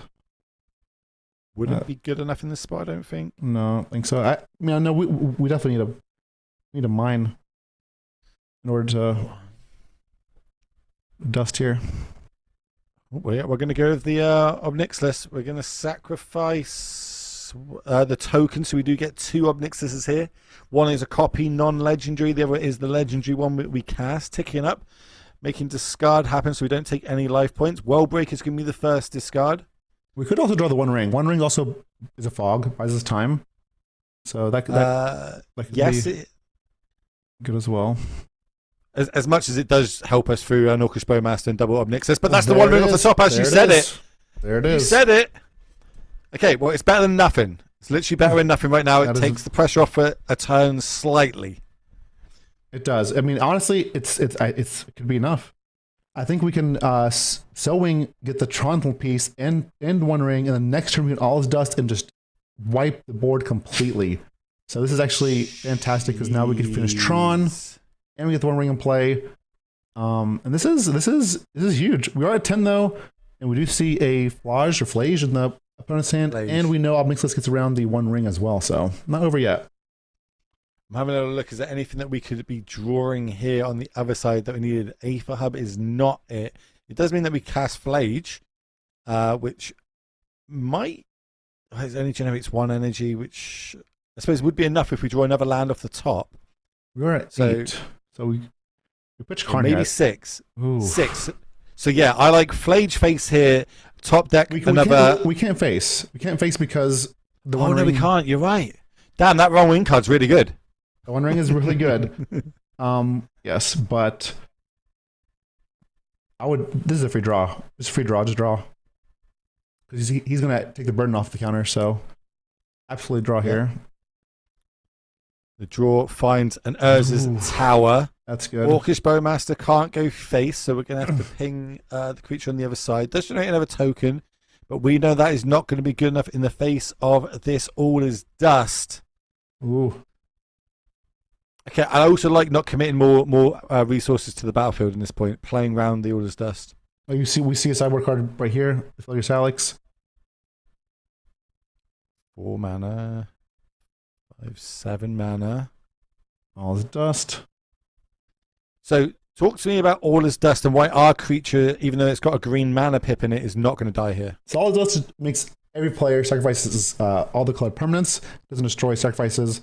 Because even Sowing Microspawn is a green spell, has a keyword to void, which makes it colorless, so it will not be sacrificed because it is like there's no Eldrazi. Eldrazi are colorless.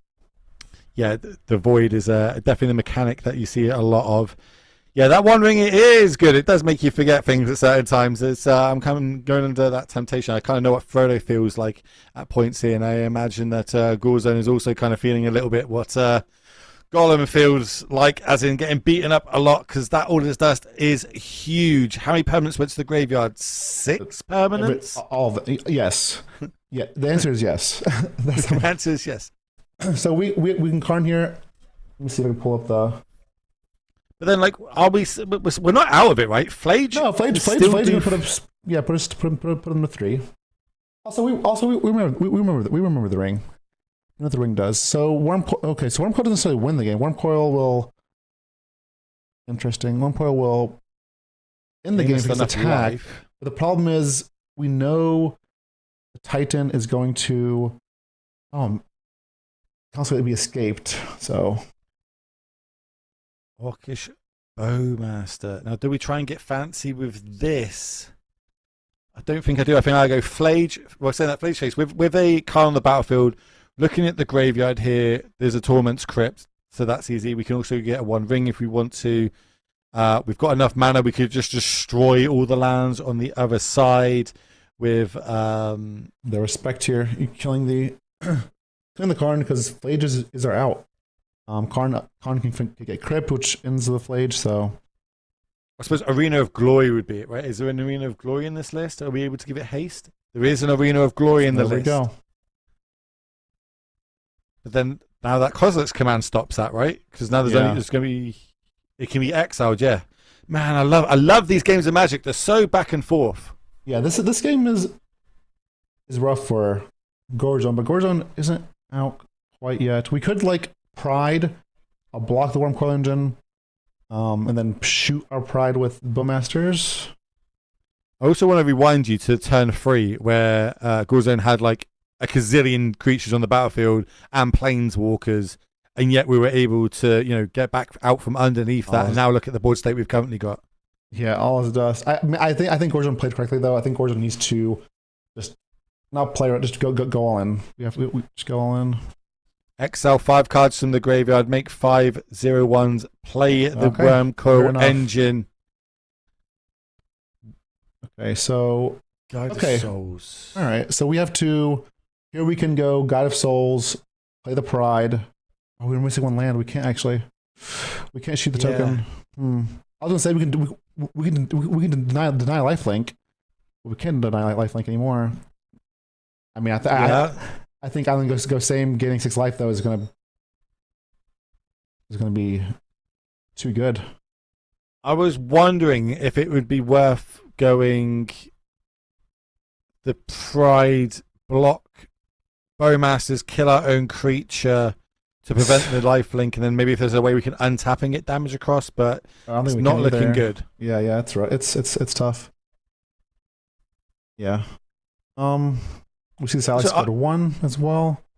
So Islands go same. Very disciplined with this 1 ring. This is like 3 turns now. It hasn't been activated.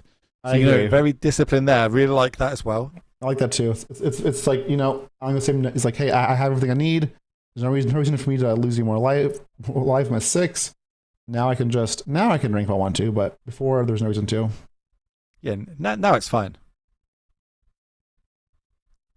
We're gonna go 3 mana. I think we're gonna go Worldbreaker from the graveyard. Is that we could just discard the Worldbreaker earlier? We could just destroy probably a red source or an Aether Hub with Worldbreaker. Looking at the deck list, you can't come off white, so I think red is the second color you'd cut them off of before black here. Right, so probably the hub because hub adds rainbow energy, I guess, or just rainbow mana. Yeah. Yep. Take that one out, as you said. Another 5/7 added to the battlefield. We're gonna go with Tidekeeper. Use the ring now. Oh man, that's 1 land. We destroy. Yeah, that's it. We could destroy the land again. Islands go. Wow. Islands go same is going to be taking this one down, going to 6-0 and taking down this tournament. So huge congratulations to them. Let's toast to that match. That was a great match. Toast to everybody. Obviously, if you're just tuning in, welcome back to the club where you're going to find me and Ali kind of living our best life. Cheers, chat. And more importantly to you all, there's a giveaway happening right now. Make sure you type the word beacon in chat to be in the chance of winning that while we break down what we just saw in that match. Tron, 6-0, your favorite deck. That's there's a couple of different builds floating around. We've seen the Emrakul version. Why do you think this version did so well at this event? Again, I think this version did really well just because there's no Nadu, so people are going more mid-rangey, more value, also a lot more control, which Tron just praise on. It was a great choice. That was, and then just beautifully played as well. You just draw your Thought on Seer turn 2, your Temple for Thought on Seer. Great. Hear me out. If Tron's going to be really good in the meta, and no more people are going to bring Tron, are we going to see Infect make a comeback? Are we going to see this, or have we now got the tools in Tron to deal with Infect as well? I think Infect used to be Tron's to be a buy for Infect, but now I think it's a little more rough with commands and dismembers and the 1 ring even. But honestly, no, I don't think Infect's gonna come back. I'm sorry, it will.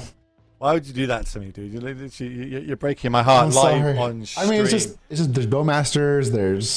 It's not even because Tron. I think it's just meta. Just there's so much removal now.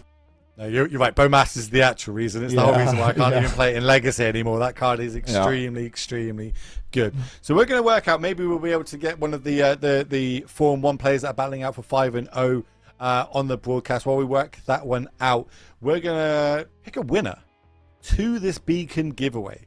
Which, if you're just tuning in right now and you haven't seen it, well, these are one of the best microphones on the market, and they are one of our sponsors today. It is Beacon. Type the word Beacon in chat, and I'm going to pick a winner in, let's say, 5 seconds, or however long it takes me to type it in chat. So 1, 2, 3, 4, 5. All right, I picked the winner. Oh, it's Yoshi. Hello, Yoshi. Hello, Yoshi. Congratulations. You need to reach out to me. Please, say it again. Say the name one more time. Hello, Yoshi. Do you know what a Yoshi is? Isn't that thing from Mario that you ride? Oh my god, that thing from... You know what? It's okay. I forgive you. Is this going to be one of those... what's that cartoon that I don't watch? No, you're right. You're right. It's just... that stings. That stings. Yushi? You said Yushi? Yushi? I think I said Yoshi, but... You know, I'm dyslexic, it's fine. It's on tape. We have it on tape. You need to tell me what that means in a minute. But more importantly, congratulations to them. They have won themselves the Beacon microphone. You need to slide in my DMs. I'll take your details. I'll pass it to the right people, and we'll get that sent out to you ASAP. So huge shout out to them. But that's it. We've got ourselves a winner. They have won themselves $1,250. Congratulations on taking this down. That's the prize breakout for everybody that finished 4-2, 5-1, 6-0. Just go through it one last time for me, Ali. All right, for all our players that went 4-2 today, they will get digital prizes on their Magic Online account. 500 play points and 50 treasure chests. We can open play points, cards, boats, will, and they get one Modern Horizons 3 regular set. That is one card from every card. One card from Modern Horizons 3, every single one, a singleton. Everyone that finished 5-1 will get 600 USD, and players that finished that were 5-0 and lost the last round, like Gorzone, will get 750, and then the 6-0 players will get 1,250. Like Island Go, same. Congrats to all our players and all our winners. It was sweet. Those sweet matches of Magic we watched today. Modern is fun. We had some really good matches, and also seeing a lot of people bringing different decks and kind of adapting the decks that we know in the meta and trying different things in this tournament. It's great to see. I just googled Yoshi, and it literally came up with the thing from Mario. Oh, you're right. I don't know what you're talking about, but here we are. We're going to start closing down the show. So huge shout out to all of our sponsors is the first thing I need to do. Beacon, Daybreak Games, and Monkey Bubble. If it wasn't for them, we wouldn't be able to put this awesome show on. So I want your highlight of the show, Ali. What was your favorite moment in all the matchups that we covered today? Favorite moment in all the matchups? Put me on a spot here. That's what I do. I like the gameplay. I like the gameplay of where Young Dingo just tapped out for the one ring. I think that was very impressive. It wasn't just one play, but also like the way Gorzone knew what their role was against the decks, and just like continuously versus Omnath, just continuously going upticking with Obnixilus, always going face and ignoring everything else, and it actually mattered because otherwise the opponent would have lived at one life because it's all 2 draw.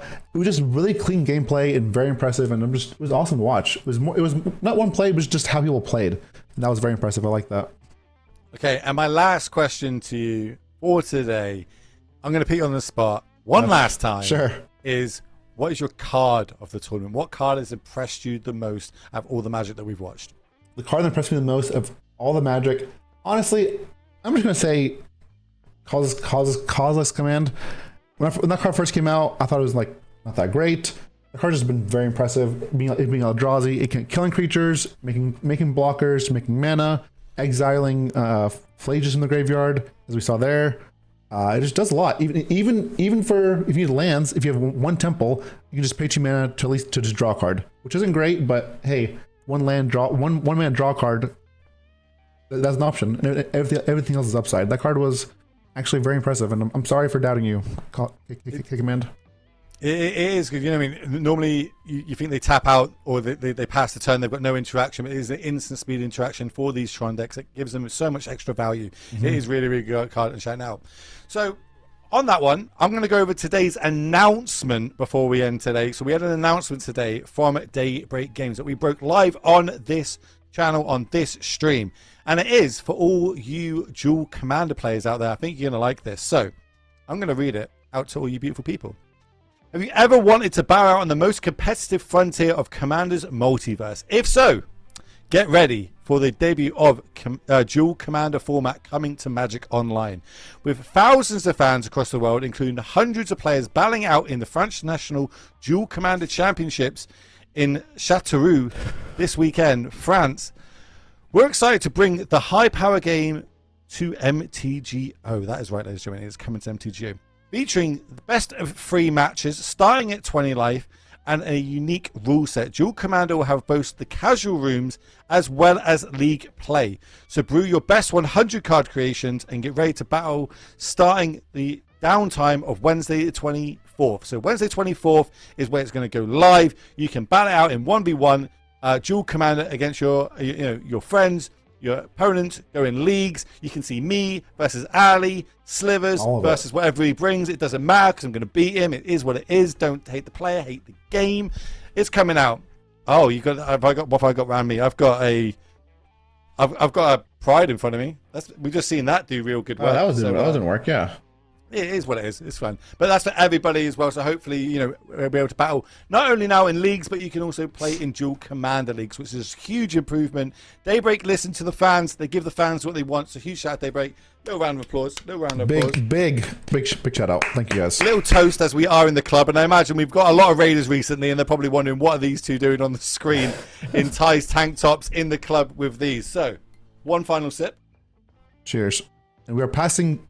We're going to be raiding Doomwake. Yeah, good old Doomwake taking part in this. One of my favorite streamers, literally that streams currently. I think he's awesome. We're going to be sending you all over to him. So thank you very much for being here. Huge shout out to our sponsors. I want to thank you, Ali. This has been an absolutely amazing stream. The vibes, the energy, the clubs, you're getting the rounds in. This is great. Any last words from you? No, I loved it. Happy birthday.